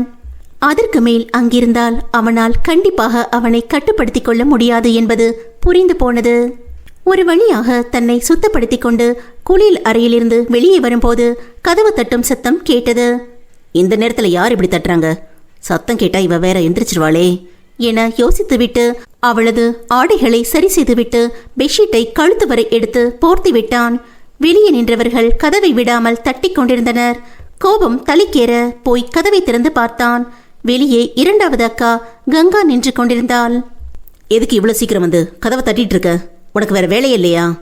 எங்களுக்கெல்லாம் வேலை இருக்கு. உன் பொண்டாட்டிக்கு இருக்கிற வேலையை சொல்லிட்டு போகத்தான் வந்தேன். என்ன வேலை? அவன் ஏன் வேலை பார்க்கணும்? நல்லா இருக்குப்பா உன் பேச்சு. இந்த வீட்டுக்கு மருமகள வர பொண்ணுங்க தானே முதல் வாரத்துக்கு முழுக்க வேலை பார்க்கணும். வந்து வாசலை கூட்டி கோலம் போட சொல்லு. இந்த வாரம் முழுக்க காலை மதியம் நைட்டு 3 நேரமும் உன் பொண்டாட்டி தான் சமைக்கணும். அதுதான் இந்த வீட்டு வழக்கம். இதை நான் சொல்லல, உன் அப்பத்தான் தான் சொல்லிட்டு செத்து போச்சு. மற்ற 3 பேரையும் அப்படித்தானே வேலை வாங்குச்சு. எந்திரிச்சு வந்து உன் பொண்டாட்டியையும் பண்ண சொல்லு. மகாராணிக்கு இன்னும் முழிப்பு வரலையோ? வீரபாண்டிக்கு அவர்களின் திட்டம் தெளிவாக புரிந்தது. வெண்ணிலாவுக்கு இந்த வேலை எதுவுமே பழக்கமில்லை என்பதால் அவளை மட்டம் தட்ட இதை சரியான வாய்ப்பாக பயன்படுத்தி கொள்ள முடிவெடுத்து இருக்கிறார்கள் போல என நினைத்து கொண்டான். சரி, நீ போ, அவ வருவா. எப்பதான் வருவாளோ தெரியல. போ. சூரியன் மூஞ்சில் அடிக்கிற வரைக்கும் ஒரு பொம்பளை தூங்கிக்கிட்டா கிடப்பா? வந்து சமையல் வேலைய பார்க்க சொல்லு. வீட்டு ஆம்பளைங்க 8 மணிக்கு சாப்பாட்டு மேஜைக்கு வருவாங்க. அதுக்குள்ள சாப்பாடு ரெடியா இருக்க வேண்டாமா? என்னமோ போ. மற்றவங்க பண்றதை தான் உன் பொண்டாட்டியும் பண்ண சொல்றேன். புதுசா ஒன்றும் அந்த அம்மாவை நாங்கள் கொடுமைப்படுத்தல. நீ அப்படி ஒன்றும் நினச்சிக்க வேண்டாம். நான் எதையும் நினைக்கல. நீங்க தான் உங்க வாயால எல்லாத்தையும் சொல்லிட்டு இருக்கீங்க. இப்போ என்ன? சமைக்கணும், அவ்வளோதானே. நான் ஏற்பாடு பண்றேன், நீ கிளம்பு. வீரபாண்டிக்கு பிரச்சனை செய்வார்கள் என தெரியும். ஆனால் இவ்வளவு சீக்கிரத்திலேயே ஆரம்பிப்பார்கள் என அவன் எதிர்பார்த்திருக்கவில்லை. செந்திலை அழைத்து கங்கா வந்து சொல்லிவிட்டு போன விஷயங்களை தெரிவித்தான். ஓ சரி மாப்பிள்ள, இதுக்கு தான் நைட்டு வட்டமேசா மாநாடு நடந்துச்சு போல. அந்த பிள்ளைக்கு வேற சமைக்க தெரியாது. இப்போ என்ன பண்றது? நீ ஒன்று பண்ணு மாமா, இன்னைக்கு மட்டும் குணாவையும் உங்க அம்மாவையும் வந்து சமைக்க சொல்லு. நாளைக்கு இதுக்கு வேற ஏற்பாடு பண்றேன். அது ஒன்றும் பிரச்சனை இல்லை மாப்பிள்ள, நான் இப்பவே வந்து வேலையை ஆரம்பிக்க சொல்றேன். மாமா, அப்புறம் நான் இன்னைக்கு வெண்ணிலாவை கூட்டிட்டு அவங்க வீடு வரைக்கும் போயிட்டு வரலான்னு இருக்கேன். நீ கொஞ்சம் தோட்டத்தையும் ஃபேக்டரியும் போய் பார்த்துக்கோ. என்ன மாப்பிள்ள, நேத்தானே அங்கே அவ்வளோ பிரச்சனை பண்ணிட்டு அந்த பிள்ளைய கூட்டிட்டு வந்தோம். இப்போ மறுபடியும் அங்கே போறேன்னு சொல்ற? அது படிக்கணும்னு ஆசைப்படுது மாமா. சர்டிஃபிகேட் எல்லாம் அவங்க வீட்டில் இருக்கு. அவங்க சித்தி அதை கொடுக்க மாட்டாங்களாம். அதான் போய் என்னன்னு கேட்டு வரலான்னு இருக்கேன். அது சரி மாப்பிள்ள, படிக்கிறதுக்கு நம்ம வீட்டில் எப்படி ஒத்துக்குவாங்க? உங்க 3வது அண்ணி காலேஜ் படிக்கிறப்ப தானே உன் அப்பத்தா கல்யாணம் பண்ணி கூட்டிட்டு வந்துச்சு.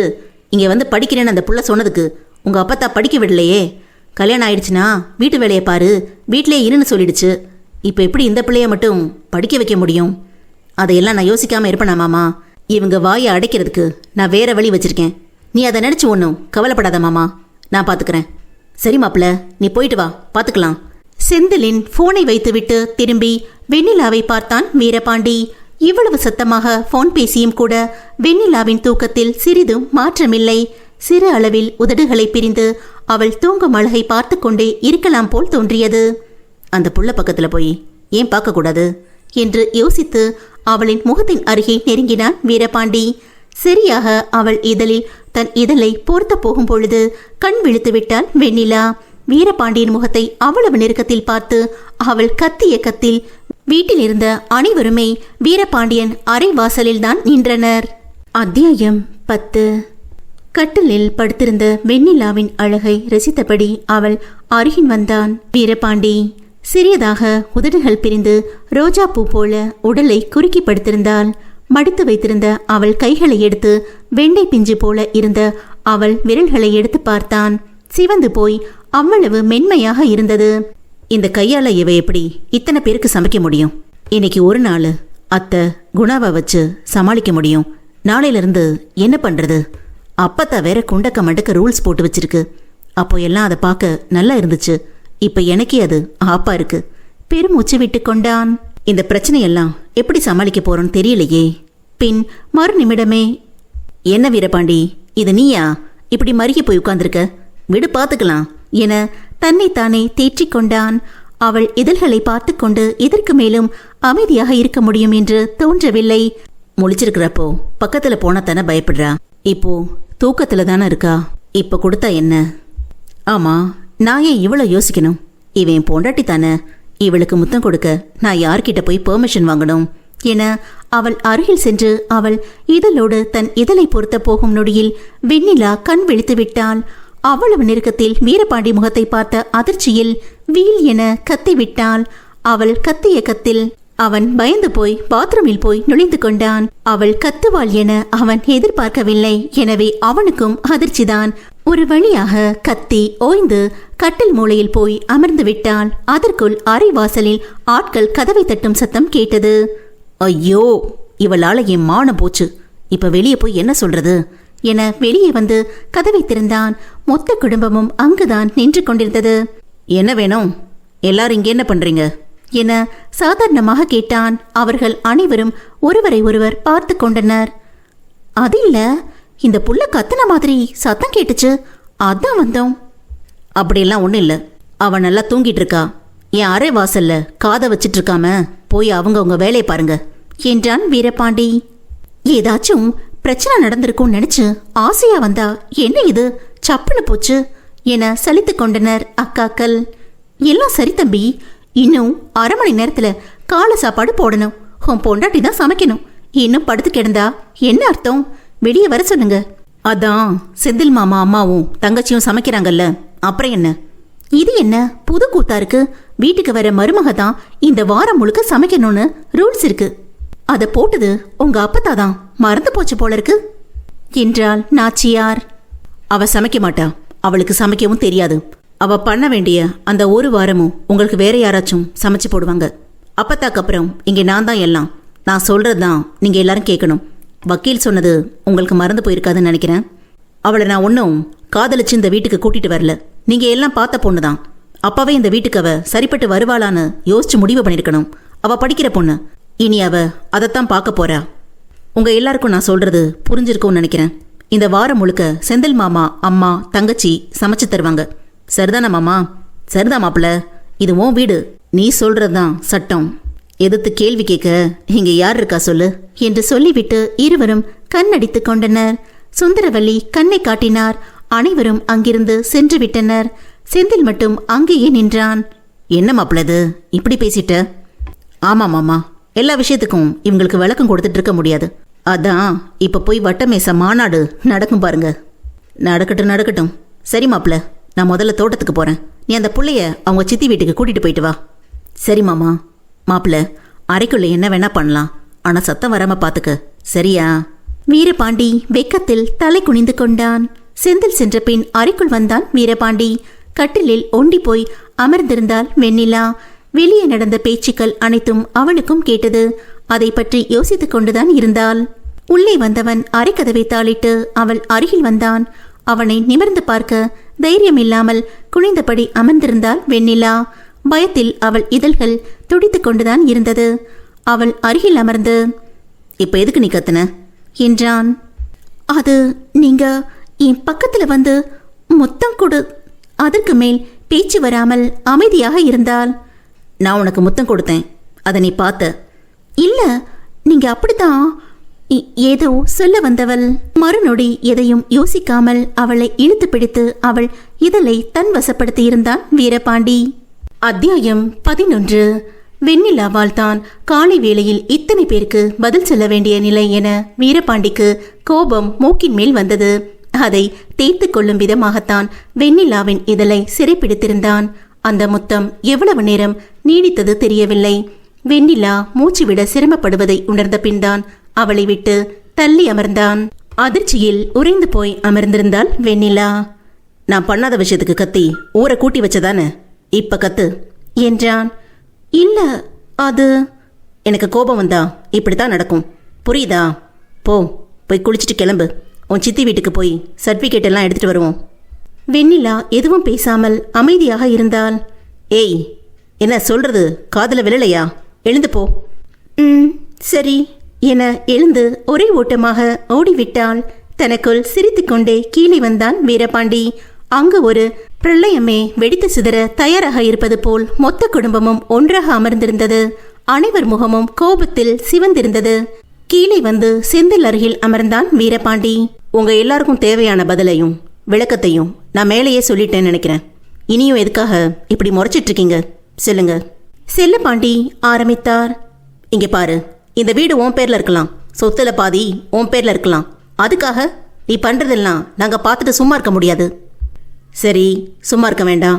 இப்ப என்ன பண்ணணும் அதை சொல்லுங்க. நான் சொல்றேன் என ஆரம்பித்தார் நாச்சியார். நான் இந்த வீட்டுக்கு மருமகளா வந்தப்போ எனக்கு சுத்தமா சமைக்க தெரியாது. அது உங்க அப்பத்தாக்கு நல்லா தெரியும். ஆனா நான் இந்த வீட்டுக்கு வந்த வாரம் முழுக்க நான் தான் சமைக்கணும்னு சொல்லிட்டாங்க. எனக்கு சமைக்க தெரியாதுன்னு சொன்னேன். அப்போ கத்துக்கோ, இனி இதுதான் உன் வீடு, இங்க இருக்கிற இந்த மாதிரியான விஷயங்களை நீ கத்துக்க தான் வேணும், இல்லைனா இந்த வீட்டுல நீ இருக்க முடியாதுன்னு கராரா சொல்லிட்டாங்க. நான் கஷ்டப்பட்டு கைய காலையெல்லாம் சுட்டுக்கிட்டு சமையல் கத்துக்கிட்டேன். நான் எப்படி இந்த வீட்டுக்கு மருமகளா வந்த மாதிரி தான் உன் பொண்டாட்டியும் வந்திருக்கா. அதனால அவளும் இந்த வாரம் முழுக்க வேலை செஞ்சுதான் ஆகணும். அவருக்கு பதிலா குணா அப்புறம் அவங்க அம்மா சமைக்கிறதெல்லாம் என்னால ஒத்துக்க முடியாது என்றார். சரி, வேற என்ன சொல்லணும் என்றான் வீரபாண்டி. மூன்றாவது அண்ணி லக்ஷ்மி ஆரம்பித்தார். நான் இந்த வீட்டுக்கு மருமகளா வந்தப்போ படிச்சுட்டு தான் இருந்தேன். உங்க அண்ணன் சிங்கப்பாண்டி வந்து என்னை பார்த்து பிடிச்சிருக்குன்னு உங்க அப்பா கிட்ட சொன்ன உடனே எங்க வீட்டுல பேசி என்னை கல்யாணம் பண்ணி கூட்டிட்டு வந்துட்டாங்க. என் படிப்பை தொடரணும்னு சொன்னப்போ இந்த வீட்டு பொம்பளைங்க படிக்கவோ வேலைக்கு வெளியே போகவோ கூடாது, அதுதான் என் உத்தரவுன்னு சொல்லிட்டாங்க. அவங்களுக்கு மதிப்பு கொடுத்து என் படிப்பை நான் விட்டுட்டேன். இப்போ உங்க பொண்டாட்டிய படிக்க அனுப்புறேன்னு சொல்றது நியாயமா? அதனால அவங்க படிக்க கூடாது என்றார்.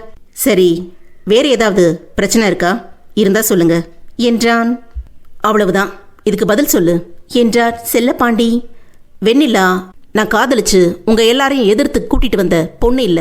நான் தாலி கட்டுறதுக்கு முன்னாடி வரைக்கும் இந்த புள்ளைய நான் பார்த்தது கூட இல்ல, சரிதானே? இது நீங்க பார்த்து எனக்கு கட்டி வச்ச பொண்ணுதான். அதனால இதுக்கெல்லாம் நான் பதில் சொல்லணும்னு அவசியம் இல்லை. என்ன வெண்ணிலா, தயாரா என மாடியை பார்த்து கத்தினான். இது வர என பதில் வந்தது. அப்போ இதுதான் உன் முடிவா? நாங்க பேசினதெல்லாம் வேஸ்ட் தானா? புரிஞ்சா சரி, நீ தோட்டத்துக்கு கிளம்பு மாமா, நான் நேரா அங்க வந்துடுறேன் என்று சொல்லிவிட்டு வெண்ணிலாவை அழைத்து கொண்டு கிளம்பிவிட்டான் வீரபாண்டி.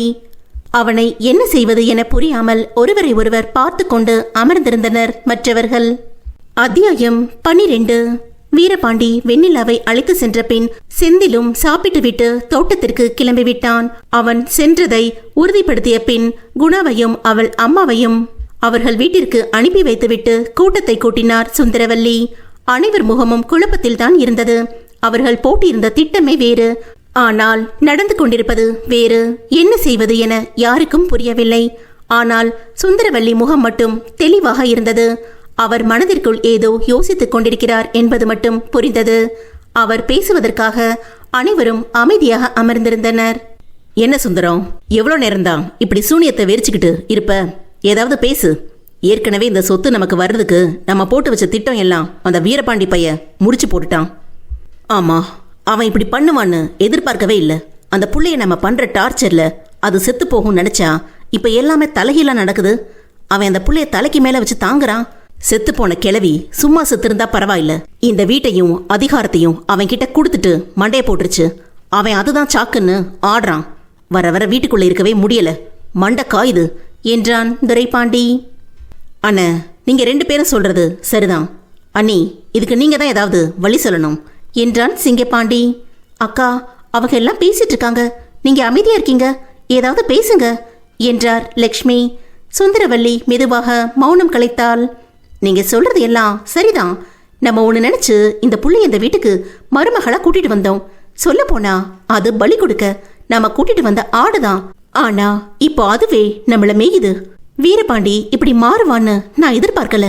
நம்ம கூட்டிட்டு வந்த புள்ள, அதனால அவங்களுக்குள்ள சண்டை வரும். அதை பயன்படுத்தி அந்த புள்ளைய போட்டு தள்ளிட்டு புருஷன் பொண்டாட்டி சண்டையில பொண்டாட்டிய கொலை பண்ணிட்டான்னு சொல்லி இவனை உள்ள அனுப்பிட்டு சொத்தை நாம அனுபவிச்சுட்டு இருக்கலான்னு பார்த்தா இப்போ அந்த புள்ளைய நம்மள இவன் நெருங்கவே விட மாட்டான் போல. இதுக்கு வேற வழிதான் யோசிக்கணும். அக்கா, நீங்க என்ன சொன்னாலும் அதை செய்ய நாங்க தயாரா இருக்கோம். பொருளாச்சி, முதல்ல அந்த புள்ள வெண்ணிலாவோட சித்திக்கு போனை போட்டு கொடு. எதுக்குக்கா? நீ போனை போடு, நான் பேசிட்டு சொல்றேன். சரி என அருந்ததிக்கு போன் செய்தார் நாச்சியார். சொல்லுங்க நாச்சியார், என்ன காலையிலேயே போன் பண்ணிருக்கீங்க? அந்த விளங்காதவ என்ன பண்றா? நான் சுந்தரவல்லி பேசுறேன். ஓ, சொல்லு சுந்தரம், என்ன விஷயம்? உன் மகளும் அந்த வீரபாண்டியும் உன் வீட்டுக்கு தான் வந்துட்டு இருக்காங்க. அடியாத்தி, என்ன சொல்ற? அவங்க எதுக்கு இங்கே வரணும்? நேத்து என்னை கொலை பண்ண பார்த்தது பத்தாதுன்னு இன்னைக்கு எதுக்கு வரணும்? புலம்பாதா இருந்தது. அந்த வெண்ணிலா படிச்ச பேப்பர் எல்லாம் அங்க இருக்காமே, அதை வாங்கத்தான் வராங்க. அவ்வளவுதானா?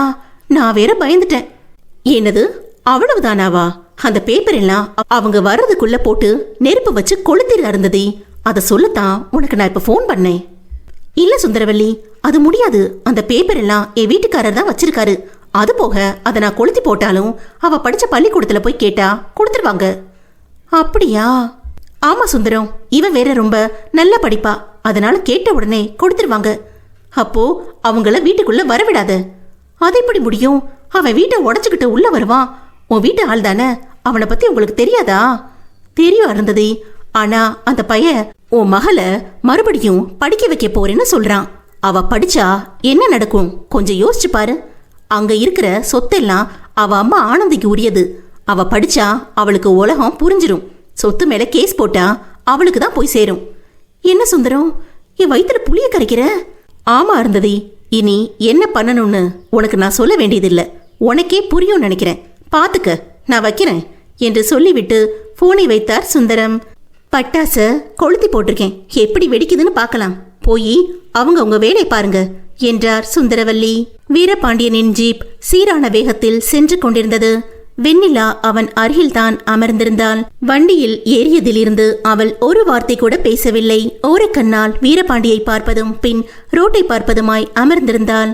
அவளை கவனித்துக் கொண்டுதான் இருந்தான் வீரபாண்டி. காலையில் இருவரும் சாப்பிடாமல் கிளம்பியதால் உணவகம் ஒன்றில் காரை நிறுத்தினான். வா சாப்பிடலாம் என்றான். எனக்கு பசிக்கல. வெண்ணிலா இன்னமும் காலையில் நடந்த சம்பவத்தில் இருந்து வெளிவரவில்லை. அவள் பதிலை காதில் வாங்காமல் உள்ளவா என்று சொல்லிவிட்டு போய்விட்டான் வீரபாண்டி. வேறு வழி இல்லாமல் அவனை பின்தொடர்ந்தாள். உணவை ஆர்டர் கொடுத்து அமர்ந்திருந்தான். அவனுக்கு எதிரே அமர்ந்தாள் வெண்ணிலா. என்ன பார்த்து முறைச்சிட்டு இருக்க? என்ன பிரச்சனை உனக்கு? ஏன் உங்களுக்கு தெரியாதா? காலையிலேயே அப்படி பண்ணீங்க. என்ன பண்ண? என தெரியாத மாதிரி கேட்டான் வீரபாண்டி. அதான் அந்த என்னமோ முழுசா சொல்லு. உங்களுக்கு தெரியும் நான் என்ன சொல்றேன்னு. சரி தெரியும், நான் பண்ணதில்ல. என்ன தப்பு சொல்லு. நான் பண்ணாத விஷயத்துக்கு கத்தி ஊரை கூட்டினதானே, அதனால தான் அப்படி. எனக்கு ஒன்றும் தப்பா தெரியல. சொல்ல போனா ரொம்ப நல்லா இருந்துச்சு. காலையில சொன்ன மாதிரி தான். எனக்கு கோபம் வந்தா இந்த மாதிரி எல்லாம் நடக்கும்.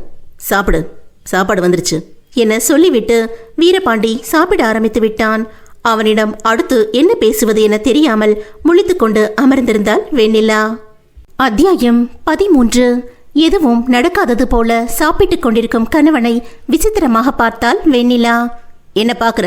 சாப்பிடு, ஆறிப்போனா நல்லா இருக்காது என்றான். சரி என்று சொல்லிவிட்டு சாப்பிட ஆரம்பித்தாள். ஜீப் மிதமான வேகத்தில் போய்க் கொண்டிருந்தது. வெண்ணிலா எதுவும் பேசாமல் அமைதியாக அமர்ந்திருந்தாள். அவள் முகம் முழுவதும் யோசனையில் இருந்தது. என்ன மேடம், பலமா எதையோ பத்தி யோசிக்கிற மாதிரி தெரியுது. இல்ல, அது ஒன்றும் இல்லை. பரவாயில்ல, சொல்லு. இல்லை, நான் படிக்கக்கூடாதுன்னு தான் எங்கள் சித்தி என்னோட சர்டிஃபிகேட் எல்லாம் வாங்கி வச்சாங்க. என் ஸ்கூலில் இருந்து எங்கள் டீச்சர் கூட வந்து பேசி பார்த்தாங்க. ஆனால் அவங்களையும் திட்டி திருப்பி அனுப்பிட்டாங்க. இவ்வளோ பண்ணவங்க இப்போ நம்ம போய் கேட்டால் உடனே சர்டிஃபிகேட் எல்லாம் கொடுத்துருவாங்களா? அதான் யோசனையாக இருக்கு. கண்டிப்பாக தரமாட்டாங்க என்றான் வீரபாண்டி. என்ன சொல்கிறீங்க? அப்புறம் எதுக்கு நம்ம போகணும்? நீ மட்டும் போய் கேட்டா கண்டிப்பாக தரமாட்டாங்க தான். ஆனால் இப்போ அப்படி இல்லை, நானும் உன் கூட வரேன்ல, அதனால அவங்களே அவங்க கையால் எடுத்துட்டு வந்து தருவாங்க பாரு. வெண்ணிலா அவனை நம்ப முடியாத பார்வை பார்த்தாள். என்ன, நம்பிக்கை இல்லையா? வந்து பாரு. இவர்கள் பேசிக் கொண்டிருக்கும் போதே வெண்ணிலா வீடு வந்து விட்டது. பெரிய கேட்டை தாண்டி உள்ளே கொஞ்ச தூரம் சென்றால் மாளிகை போன்ற வீடு வரும். எப்பொழுதும் வீடு முழுவதும் ஆட்கள் வேலை செய்து கொண்டிருப்பர். ஆனால் இன்று கேட்டில் பூட்டு போடப்பட்டு இருந்தது. வாசலில் எப்போதும் நிற்கும் காவலாளி இல்லை. கேட் வாசலில் ஜீப்பை நிறுத்தினான். என்ன வெண்ணிலா, உங்க வீட்டில் எல்லாம் வெளியே போயிட்டாங்க போல இருக்கு. இல்லைங்க, அதுக்கு வாய்ப்பே இல்லை. அப்பா சித்தி வெளியே போனா கூட கணபதி இல்ல சித்ரா வீட்டில் தான் இருப்பாங்க. எனக்கு விவரம் தெரிஞ்சு இந்த கேட் பூட்டி இருந்தது இப்பதான் நான் பார்க்கறேன். எனக்கே ரொம்ப ஆச்சரியமா இருக்கு. வீரபாண்டி சிறிது நேரம் யோசித்தான். பின், இதில் ஆச்சரியப்பட எதுவும் இல்லை வெண்ணிலா. என் அண்ணி உன் சித்திக்கு ஃபோன் பண்ணி சொல்லியிருப்பாங்க, அதான். ஏன் அவங்க ஃபோன் பண்ணி சொல்லணும்? அதுக்கே இவங்க வீட்டை பூட்டிட்டு வெளியே போகணும்? எனக்கு புரியல. நீ எல்லாம் நிஜமாவே படித்த பொண்ணு தானே? ஏன் அப்படி கேட்குறீங்க? நான் தான் +2ல ஸ்கூல் ஃபர்ஸ்ட், தெரியுமா? வேணும்னா சர்டிஃபிகேட் காட்டுறேன், பாருங்க. சரியா போச்சு போ. சரி, இப்போ எப்படி உள்ளே போகிறது? இந்த வீட்டுக்கு வேற ஏதாவது வழி இருக்கா? இல்லை, இது ஒரு வழி தான் இருக்கு. சரி, கொஞ்சம் தள்ளி நில்லு. எதுக்கு? சொன்னதை மட்டும் பண்ணு. சரி என்றவள் பக்கவாட்டு சுவர் ஓரமாய் போய் நின்று கொண்டாள். வீரபாண்டி ஜீப்பில் ஏறி வேகமாய் ஓட்டி வந்து கேட்டை உடைத்து கொண்டு உள்ளே சென்று நிறுத்தினான். வெண்ணிலா அவன் செயலை கண்டு திகைத்து போய்விட்டாள். வேகமாக இடிபாடுகளை தாண்டி ஜீப் அருகில் ஓடி வந்தாள். அதற்குள் அங்கு வேலை செய்பவர்கள் நல்ல சிவம், அருந்ததி, கணபதி, சித்ரா எல்லாம் சத்தம் கேட்டு வீட்டுக்குள் இருந்து ஓடி வந்தனர். எல்லோரையும் பார்த்த வெண்ணிலா, அப்போ இவ்வளோ நேரம் வெளியே பூட்ட மாட்டிக்கிட்டு உள்ளதான் இருந்தாங்களா? அட பாவிகளா என நினைத்தாள். ஆனாலும் கேட்டை உடைத்த வீரபாண்டியை பார்த்தால் கோபமாக வந்தது. அவனிடம் வந்து, ஏங்க, ஒரு இடம் பூட்டி இருந்தா பூட்டை தான் உடைக்கணும், கேட்டை இல்லை. ஏன் இப்படி பண்ணீங்க? பூட்டை உடைக்கிறதெல்லாம் சின்ன பசங்க பண்ற வேலை, அதை நான் எப்படி பண்ண முடியும்? ஆமா, வீட்டை வெளியே பூட்டிக்கிட்டு உள்ள இருக்கிறவங்க சித்தி குடும்பம் பண்ணது உனக்கு தப்பா தெரியல. நான் கேட்டை உடைச்சதான் உனக்கு தப்பா தெரியுதா? அப்படி இல்லை. அவங்க நீங்க கேட்டை உடைச்சதை பத்தி போலீஸ் கிட்ட சொன்னா என்ன பண்றது? அதை பற்றியெல்லாம் நீ ஏன் கவலைப்படுற? நான் பார்த்துக்கிறேன், விடு. பின்னாடி வரதை பற்றி யோசிக்காம நான் எதையும் பண்ணுறது இல்லை. வா, போய் சர்டிஃபிகேட் எடுத்துகிட்டு கிளம்பலாம். எனக்கு தோட்டத்தில் வேலை இருக்கு.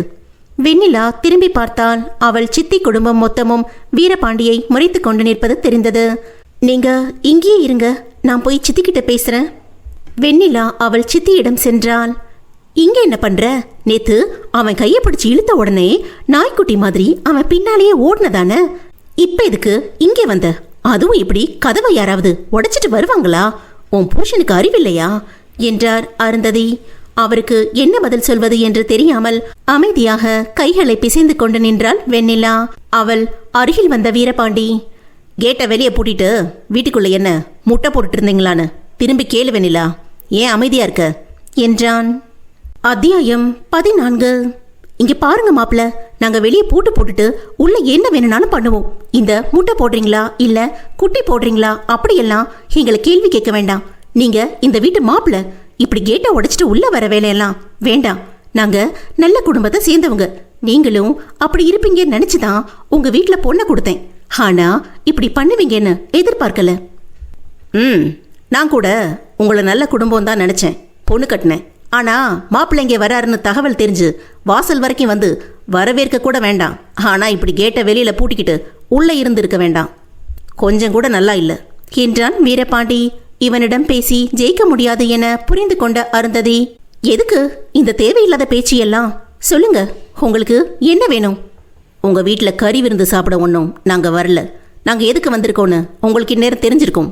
இருந்தாலும் நீங்க எதுவும் தெரியாத மாதிரி தான் பேசுவீங்க. அதை கேட்டா நமக்கு எரிச்சலா இருக்கும். அதனால நானே சொல்றேன். வெண்ணிலாவோட சர்டிஃபிகேட் எல்லாம் கொண்டு வந்து கொடுங்க. நாங்க வாங்கிட்டு போயிட்டே இருக்கோம். அதெல்லாம் இங்கே இல்ல, நீங்க கிளம்பலாம். அப்படியா?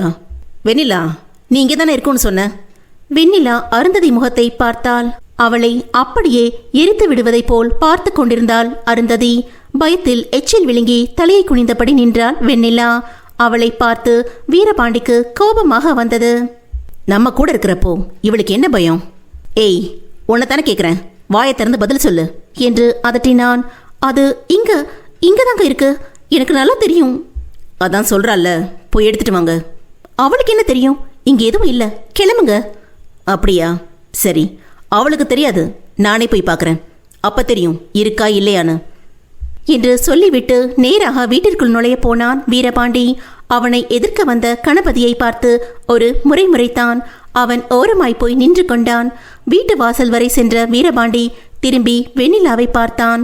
அவள் வேகமாக அவன் அருகில் ஓடி வந்தாள். வீட்டினர் அனைவரும் வெளியே நிற்க வெண்ணிலாவை கைப்பிடித்து வீட்டிற்குள் அழைத்து சென்றான் வீரபாண்டி. என்ன இருந்தது இப்படி அமைதியா இருக்க? பாரு, அவன் வீட்டுக்குள்ள போயிட்டு இருக்கான். என்ன பண்ண சொல்றீங்க? ஆம்பளைங்க நீங்களே அவனை பார்த்து பயந்து அமைதியா இருக்கீங்க. பொம்பளை நான் அவனை எதிர்த்து என்ன பண்ண முடியும்? அதுக்காக அவன் என்னத்துக்கு நடக்க விட முடியுமா? இரு, நான் மாணிக்கத்துக்கு ஃபோன் பண்றேன். ஃபோன் பண்ணி அவன்கிட்ட என்ன சொல்லுவீங்க? என்ன சொல்றது, இந்த மாதிரி வீட்டுக்குள்ள அத்துமீறி போறான்னு சொல்றேன். மாணிக்கம் அந்த ஊர் போலீஸ் இன்ஸ்பெக்டர். பணத்தை காட்டினால் என்ன வேண்டுமானாலும் செய்யக்கூடிய ஆசாமி. நல்ல சிவம் குடும்பத்திற்கு வேண்டப்பட்ட ஆளும் கூட. எனவே அவனை அழைத்தார். இரண்டாவது அழைப்பில் போனை எடுத்தான் மாணிக்கம். சொல்லுங்க சிவம் சார், எப்படி இருக்கீங்க? பொண்ணுக்கு நேத்தான் கல்யாணம்னு கேள்விப்பட்டேன். இன்னைக்கு ஃபோன் பண்ணியிருக்கீங்க, என்ன விஷயம்? அது ஒன்றும் இல்லை மாணிக்கம், வீட்டில் ஒரு பிரச்சனை என ஆரம்பித்து வீரபாண்டி அத்துமீறி தன் வீட்டிற்குள் நுழைந்தது பற்றி தனக்கு சாதகமாக சொன்னார் நல்ல சிவம். அப்படியா? நம்ம ஊருக்குள்ள வந்து உங்களை எதுக்குற அளவுக்கு அவ்வளோ பெரிய சண்டியர் அவரு? 5 நிமிஷத்துல அங்க இருப்பேன், வந்து வச்சுக்கிறேன் அவனை என்று சொல்லிவிட்டு போனை வைத்தான் மாணிக்கம். என்ன சொன்னார் அவரு? 5 நிமிஷத்துல வரேன்னு சொன்னாரு. அது வரைக்கும் நம்ம யாரும் வீட்டுக்குள்ள போக வேண்டாம் அருந்ததி. சரிங்க. நாம தப்பு பண்ணிட்டோம் அருந்ததி. ஒரு அம்மாஞ்சி பையலா பார்த்து இந்த கழுதைக்கு கல்யாணம் பண்ணி வச்சிருக்கணும். அந்த சுந்தரம் பேச்சை கேட்டுட்டு இவனை மாதிரி ஒருத்தனுக்கு போய் பொண்ணை கொடுத்துட்டோம். இவன் என்னடானா நம்ம மேலேயே ஏறி மேயிறான்.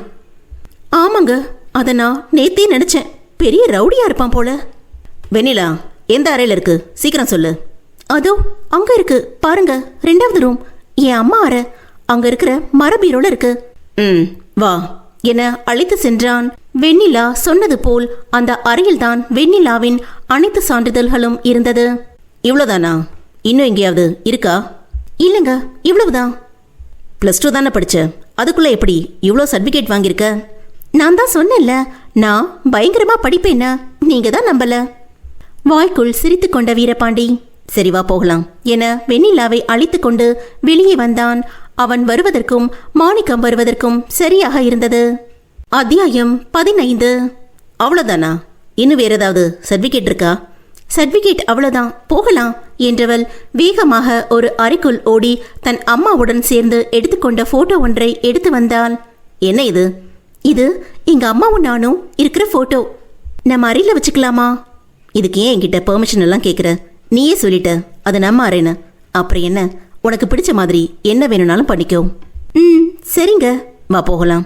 இவர்கள் வெளியே வரவும் மாணிக்கம் ஜீப் உள்ளே வரவும் நேரம் சரியாக இருந்தது. ஏங்க அங்க பாருங்க, போலீஸ் ஜீப் வருது. அப்பா உங்களை பத்தி புகார் கொடுத்துட்டார் போல. உங்களை போலீஸ் பிடிச்சிட்டு போக போறாங்க என அழுக தயாரானால் வெண்ணிலா. யாரு? இவனா என்ன பிடிச்சிட்டு போக போறான் என மாணிக்கத்தை பார்த்தபடி சொன்னான் வீரபாண்டி. உங்களுக்கு அவரை தெரியுமா? அவன் நம்ம ஊர்க்காரன் தான், நான் பேசிக்கிறேன். வீரபாண்டியும் மாணிக்கமும் சிநேகமாக புன்னகைத்தபடி வந்ததை நல்ல சிவம் குடும்பத்தினர் கவனிக்கவில்லை. வா மாணிக்கம், இவன்தான் நான் சொன்ன ஆளு என வீரபாண்டியை பார்த்து கை காட்டினார் நல்ல சிவம். மாணிக்கம் வீரபாண்டியை பிடித்து அடுத்து விசாரிப்பார் என எதிர்பார்த்தனர் நல்ல சிவம் குடும்பத்தினர்.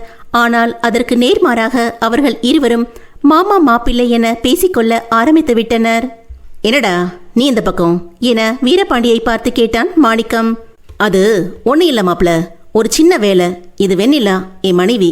நீ இந்த ஊர்ல தானே வேலை பார்க்குற, உனக்கு தெரிஞ்சிருக்குமே இவங்க மேலே படிக்கணும்னு ஆசைப்படுறாங்க. ஆனா இவங்களோட சர்டிஃபிகேட் எல்லாம் இந்த குடும்பம் கொடுக்க மாட்டேன்னு சொல்லிட்டாங்க. அதான் எடுத்துட்டு போகலான்னு வந்தேன். ஓ, அப்ப நேத்து வெண்ணிலாக்கு தான் கல்யாணம் ஆச்சா என கேட்ட மாணிக்கம் கண்களில் ஒருவித ஏக்கம் வந்து போனது. அதை வீரபாண்டியும் கண்டு கொண்டான். ஆமா, நீ என்ன விஷயமா வந்த மாப்ள? இல்லடா, எவனோ ஒருத்தன் வீட்டுக்குள்ள அத்துமீறி போறான்னு புகார் வந்துச்சு. வந்து பார்த்தா நீ இருக்க. என்ன மாணிக்கம், உங்களுக்குள்ள ஏற்கனவே தெரியுமா? சார், நாங்கள் 2 பேரும் ஒரே ஊர், +2 வரைக்கும் ஒன்றா தான் படித்தோம். ஆமாம், நீங்கள் சொன்ன புகார் வேற, இங்கே வந்து பார்த்தா வேற மாதிரி இருக்கே. உங்கள் வீட்டில் இருந்து அவங்க படித்த சர்டிஃபிகேட் எடுக்கிறதுக்கு எதுக்கு புகார் கொடுத்தீங்க? அதை நீங்களே எடுத்து கொடுத்துருக்கலாம்ல என்று கேட்டான் மாணிக்கம். என்ன இருந்தாலும் அவர் எங்க அனுமதி இல்லாம உள்ள நுழைஞ்சு எங்க பொருளை எடுத்திருக்காரு.